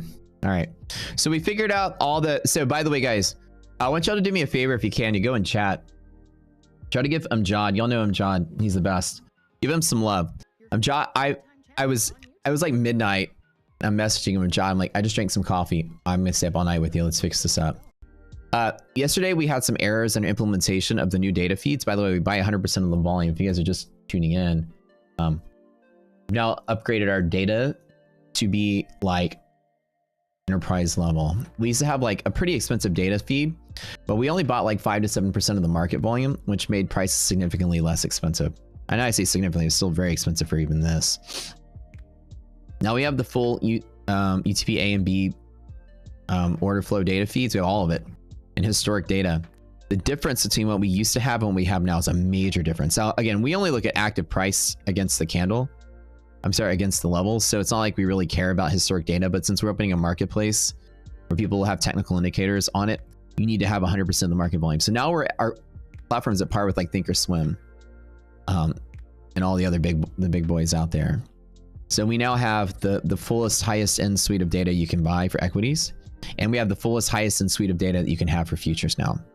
And we buy the full options data. So now we have the fullest of all three. Yeah, so huge upgrade. We implemented this, but there was a bug on the first day, unfortunately.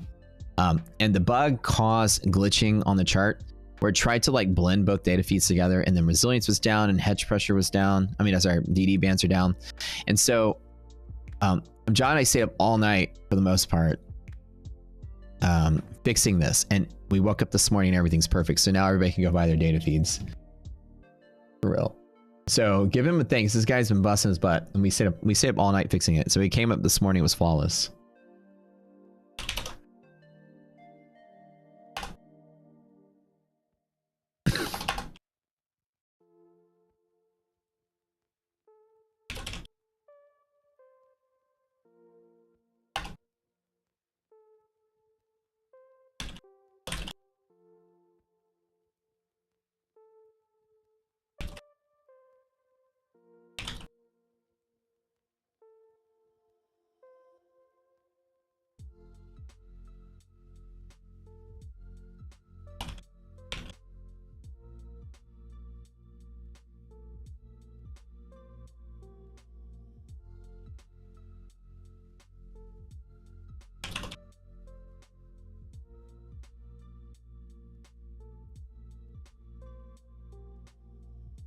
So we're really excited. Lovely to see that. Can I chart with lines on lower data? Yeah, that's exactly what it is. Like we don't use candle data for anything. So this isn't for us. We don't even care. That's why I didn't go buy the expensive data package. Candles were just a formality. All we cared about was the active price, which was always the same. We owned about 5 to 7% of the market volume. So right now, resilience is going to be more accurate. DD is going to be more accurate. And I say more accurate by like a percent or less, but having the real-time order flow of all exchanges instead of like 2 of them, it's going to be a massive change. So that's good.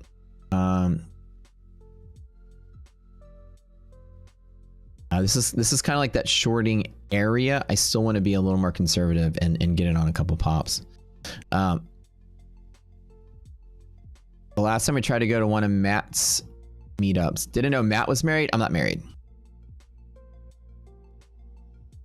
Why are you asking? I have a girlfriend. It's not married though. But maybe. Oh, maybe. Oh, she's not listening. I didn't spoil that, but maybe, yeah, maybe one day. Can I explain the marketplace a little more? Absolutely. We thank you for that choice. Oh, for not playing sports, for going the academic route. I was doing it's like my son the same way. I was doing way too many events. I mean, way too many extracurriculars as a kid. I was in like karate, I played football, I played baseball, I was doing academic stuff. I was competing in mathematics and competing in computer programming, competing in science, debate. I was in theater. I mean, I did everything at school. I just couldn't carry academics. Once I got in middle school and in junior high, I started like phasing out of all sports. The last sport I played was soccer. I even played hockey a little bit too as a kid. But yeah, I just like doing everything. I like to get my hands dirty. I like to do all kind of stuff. And it's like in my later life, like, you know, I got a chemical engineering degree. I was going to go to med school, changed my mind about that, and just went and got a job as an engineer. I took graduate level courses in catalytic engineering and reaction engineering. So I'm a reaction engineering specialist. I worked for Dow Chemical for a while, got out of that. I wrote all kinds of programs to assist my own trading when I started learning commodities trading. I ended up creating a trading platform, solely doing all the coding work on liquidity maps and all the technique that goes into that. Garden, I do yoga. Like I'm still the kind of guy that does like a little bit of everything, but I don't like to just, I like to explore. Like I'm a huge explorer, and my kiddos like that too, which is super cool because I get to kind of like relive my childhood of like fun exploration, kind of fun stuff. When's the last time I tried to go to one of Matt's meetups? You told your car in Huntsville, driving from Dallas to Houston. Now you live in Bogota.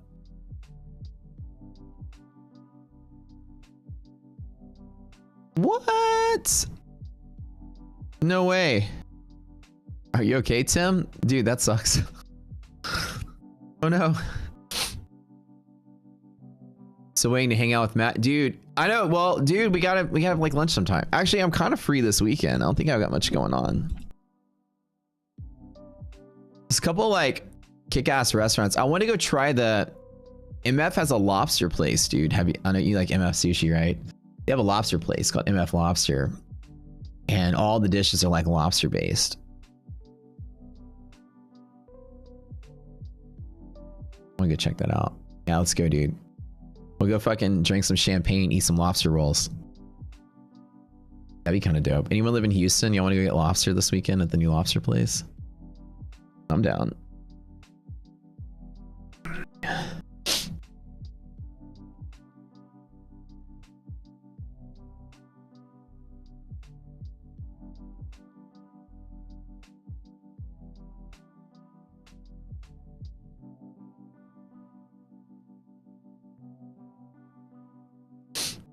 Houston meetup. Yeah, let's do it, man. Let's do something this weekend. Shit, give me a text. Let's go.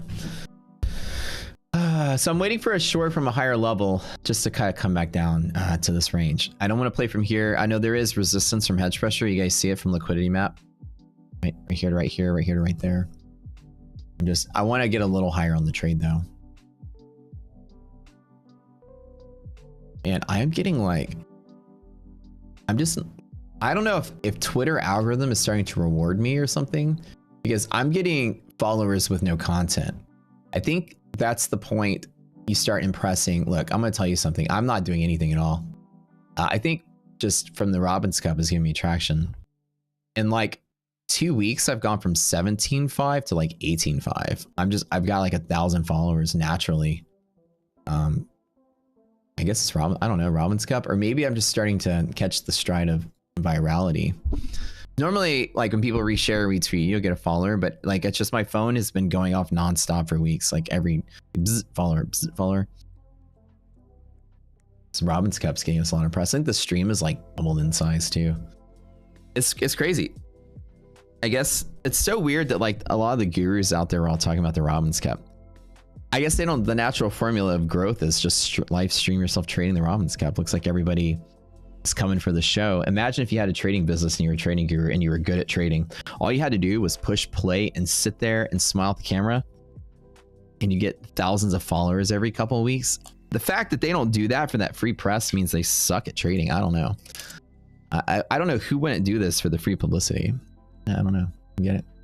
But I guess I mathematically try to perfect everything to be the most efficient way possible. But I appreciate all you coming to the stream. We love you guys and thank you for supporting our platform. We start building out these AI features down the road. Our newest thing we were talking about the other day is having probabilities printed on the chart for each leg. Making up numbers here. So as we have the legs here, it would use real-time backtesting to analyze the conditions historically, and then come up with the probabilities that these legs closed where these arrows are. So having probabilities on the chart is the next phase. We call it AI assist, and that plus red lines and yellow lines, what you guys were asking earlier, are coming out. We'll start working on that as soon as the marketplace is launched. The marketplace itself, I can't show you, but it looks just like Google. There's a search bar. You go in, you search. That doesn't look like Google, but it functions the same way. It's a search engine. You go in, so we created a whole search engine. You go in, you can type for anything. It'll rank people based on keywords and tags they pick. So if you want to go in and type options, order flow, book map, trade room, you will specifically find that thing there. There's a vendor with that thing. So imagine shopping for trading style. Somebody tells you, I use dark pools. You're like, oh man, I want to learn some dark pool stuff. What are you going to do? Go Google the word dark pool and all kind of random stuff will pop up, or go to our marketplace and type in dark pool and you'll find people that do dark pool style trading, trade rooms, education courses, everything. So that's the marketplace. And it's like the Amazon for trading. We have ways for vendors to collab and create collaborative products together on the fly. We've created technology for marketplaces that's even in the running to be bought out by Amazon, because we do something they don't do and they need to do. So even our legal team is wanting me to create a pitch deck to sell some of our marketplace technology to Amazon. It's crazy how fast things are happening here. They think it's a massive idea that can be purchased. It's about collaborative products.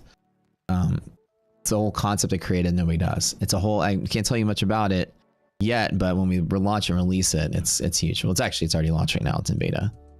But yeah, so you'll be able to go and buy stuff. You'll be able to go buy stuff that people make. The marketplace is gonna be highly compliant, so it's not gonna be filled with shit and crap and people promising like crypto scams and here my trading system is gonna win you $1 million or this and that. Like, you're gonna follow the rules and we're gonna gatekeep for the industry. As in everybody in that marketplace will be compliant or they can get out. And so you interview, you fill out a form, we hold you up to compliance standards. So people will be like giving you the proper disclaimers, not making you promises they can't keep, things like that. So like of anything out there, we're going to utilize the marketplace as a place to really clean up the industry a whole lot and make sure that the things people are selling to you aren't garbage, and or that they're not. Let's not say that we're not gatekeeping that they're not garbage. We're not going to pick that. We're going to gatekeep that they are what they say they are. If somebody says, oh, we make easy money, we're gonna get you out of there pretty quick. Somebody says, we'll give you financial freedom, you can get the fuck out too. Things like that. You can say we are a community that looks at options order flow, or a community that looks at price levels, or a community that looks at what is it, SMC, smart money concepts, the ICT thing, whatever. People can just say, this is what we are, this is what we do, check it out, and keep it neutral. So that's what the marketplace is. It's a way to create a neutral, fair playing ground for people to showcase their talents, showcase what they sell, webinars, training videos, education, technical indicators, scanner settings, trading, whatever, trade rooms, anything. You'll be able to go to a search engine and search exactly for the thing that you want. That's what the marketplace is. It's its own entity. It's its own website. It's its own everything. Inside of it, you can create white label platforms. For instance, you can have your own trading platform if you're a trading business. Like Rocket Scooter is its own trading platform. You can go out and create your own. I'm gonna pick on somebody. Tomac. You can create your own, like Tomac J Trades or Tomac J Trades, and have your own platform. We created a coding scripting language called Rocket Script. You'll be able to create and make your own indicators to distribute to the community, or even sell yourself, make a little money. If you have a top secret indicator that you want to make, we created a distribution technology that hosts indicators on a server and broadcasts them forward to the front end. So all of our indicators are actually created server side, and therefore your proprietary information is safe and secure. Your indicators aren't handed out to people on the front end like source code, like with very weak and easily hackable platforms like Thinkorswim, NinjaTrader. These things don't protect your sensitive IP. If you're a serious algorithmic programmer, you want your stuff locked away on a server where nobody can touch it, encrypted, only you have access, and we created that. All the indicators you see on the screen, by the way, you're seeing the prototype of that technology. Actually done server side with their own scripting language. So we're actually staring in a revolution in delivery methods and trading platforms. You gotta like go by NinjaTrader's, and somebody that sells indicators on NinjaTrader. You gotta go to some website, some third-party dealer that manually runs a license server, download a zip file, install an executable, add indicators to your folders. It's like a very 1999 way to do things, and you're also downloading executables from shady people that are gonna put malware in it and spyware in it, and you know, like that's just kind of a little shady. So all of our stuff is cloud-based, WebSocket-based server delivery methods. So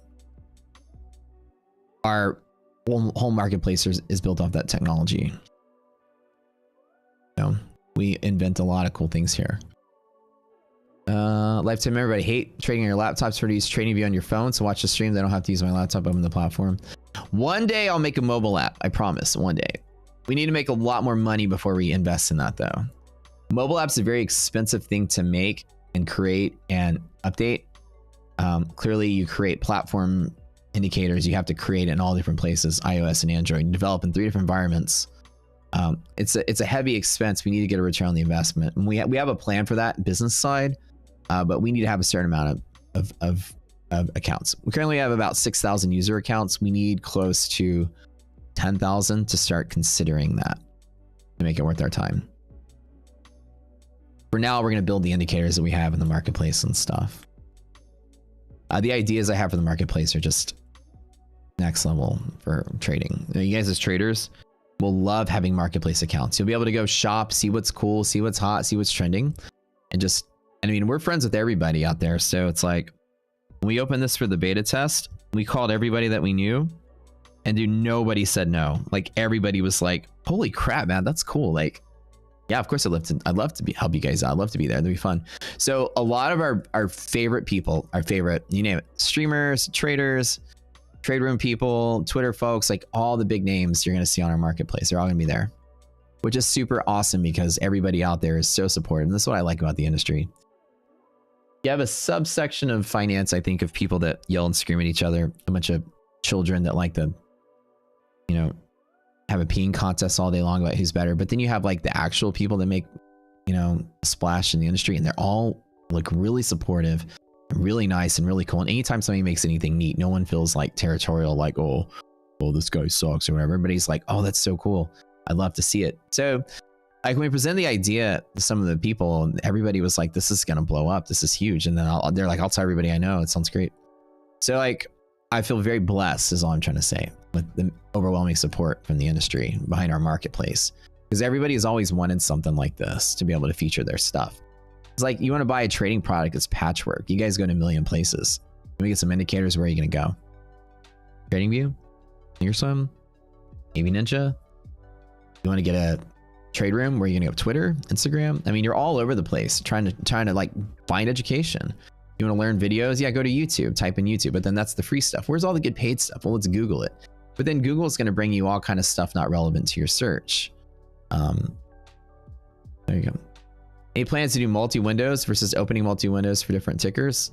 Yeah, so TradingView library comes with an internal pane split for the actual charting library, or sorry, the charting UI itself here. TradingView has that feature, we just didn't install it. To save time, we chose this path because we're going to do both paths. For people that have multiple monitors, you want to be able to open multiple windows. But to save on resources, we can use that internal split that doesn't have to open separate browser instances. So that's something we will be implementing as well. Then, that's answering your question. What is this SIP live data plan? Look at the announcements. It shows you the difference. The data feeds have been upgraded. Actually, they're showing you right here. We've upgraded our data feeds from here to here. You've gone from free to free to free. So $3.28 a month for data feed upgrade. For like better looking candles.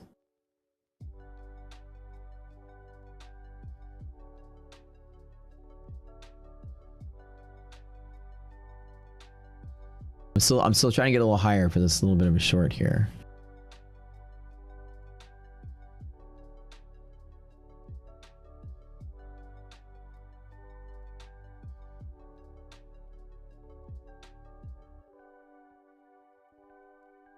So when you go to the platform, you'll be interrupted by this process right here.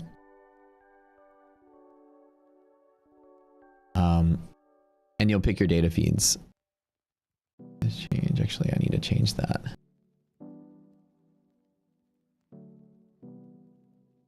Oh, and watch me modify the platform in real time. This is how we normally do it.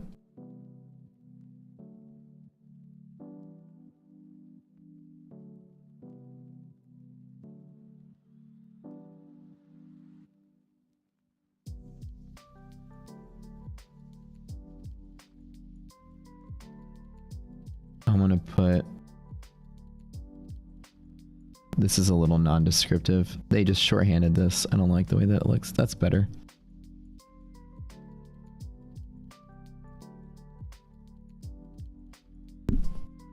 Let me send this to my designer.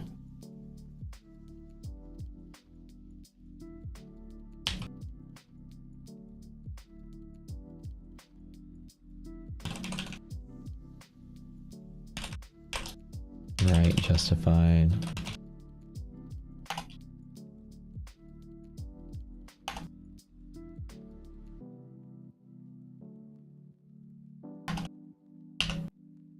We design our platform with Microsoft Paint and drawing tools.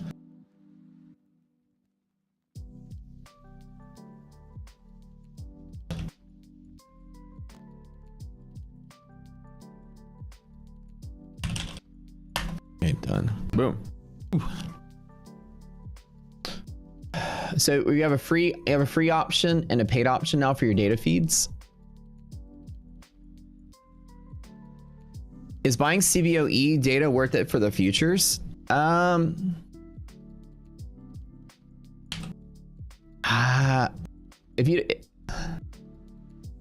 If you trade CVOE products, yeah.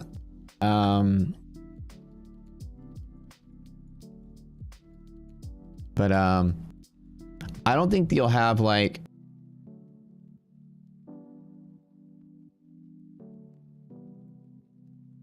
I don't know what's particular, like what futures is that?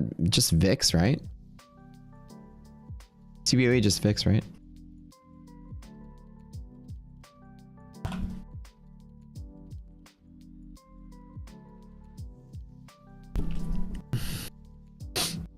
I mean, that's the only one that we would actually trade. Yeah. On CBOE. I don't know what other products are in the CBOE. But like you would use the CME group for your index futures, your treasury futures. You'd use COMEX for like your gold and silvers, NYMEX your oil and gas.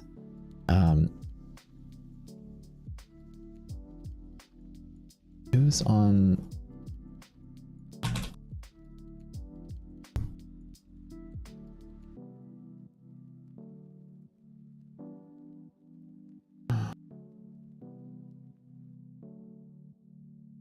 I think like CBOT is for like your grains and agricultural. And CBO is your VIX futures. So yeah, Summer, if you want to trade VIX futures, then have at it. But one of these days we'll have a VIX risk interval alert, which actually we do need to program that will require VIX futures data, and that would be paying another $1 a month for it. But right now we have no use for it in our current setup, so it's up to you. All right, still waiting for my entry to kind of get in on this one, but yeah, thanks for tuning in today, guys. It's about 10 o'clock, probably time to go. I love y'all. Thanks for tuning in. Don't forget to check out the extended trial Rocket Scooter and support the platform while I develop all these awesome features for you guys. I'm gonna get out of here. Still up for the day. Made some last night, lost a little bit today. No big. We have Fed day tomorrow, so I'm looking for the market to revert to mean to where we are right now. I want to see the market turn around and move from here. I want to see that kind of activity. But until then, yes, thank you for supporting our development of our platform, development of our indicators, development of our marketplace. We have our whole suite of tools, which is normally about $199 if you patch them all together. Available for $35 a month for 3 months. You can check it out. Just check it out, learn everything, cancel membership. I promise you will walk away after this first month learning more than you've learned in 5 years from anyone else. You will realize there's things to the markets you never knew existed. And we're glad to give that to everybody and make it super affordable for y'all to do so. Thanks for tuning in, subscribe to the channel on the way out. And head over to Discord. We'll probably do a little Zoom call in the afternoon for those of you that are here, especially first week members come to that. We'll give you a little walkthrough of the platform. Love y'all.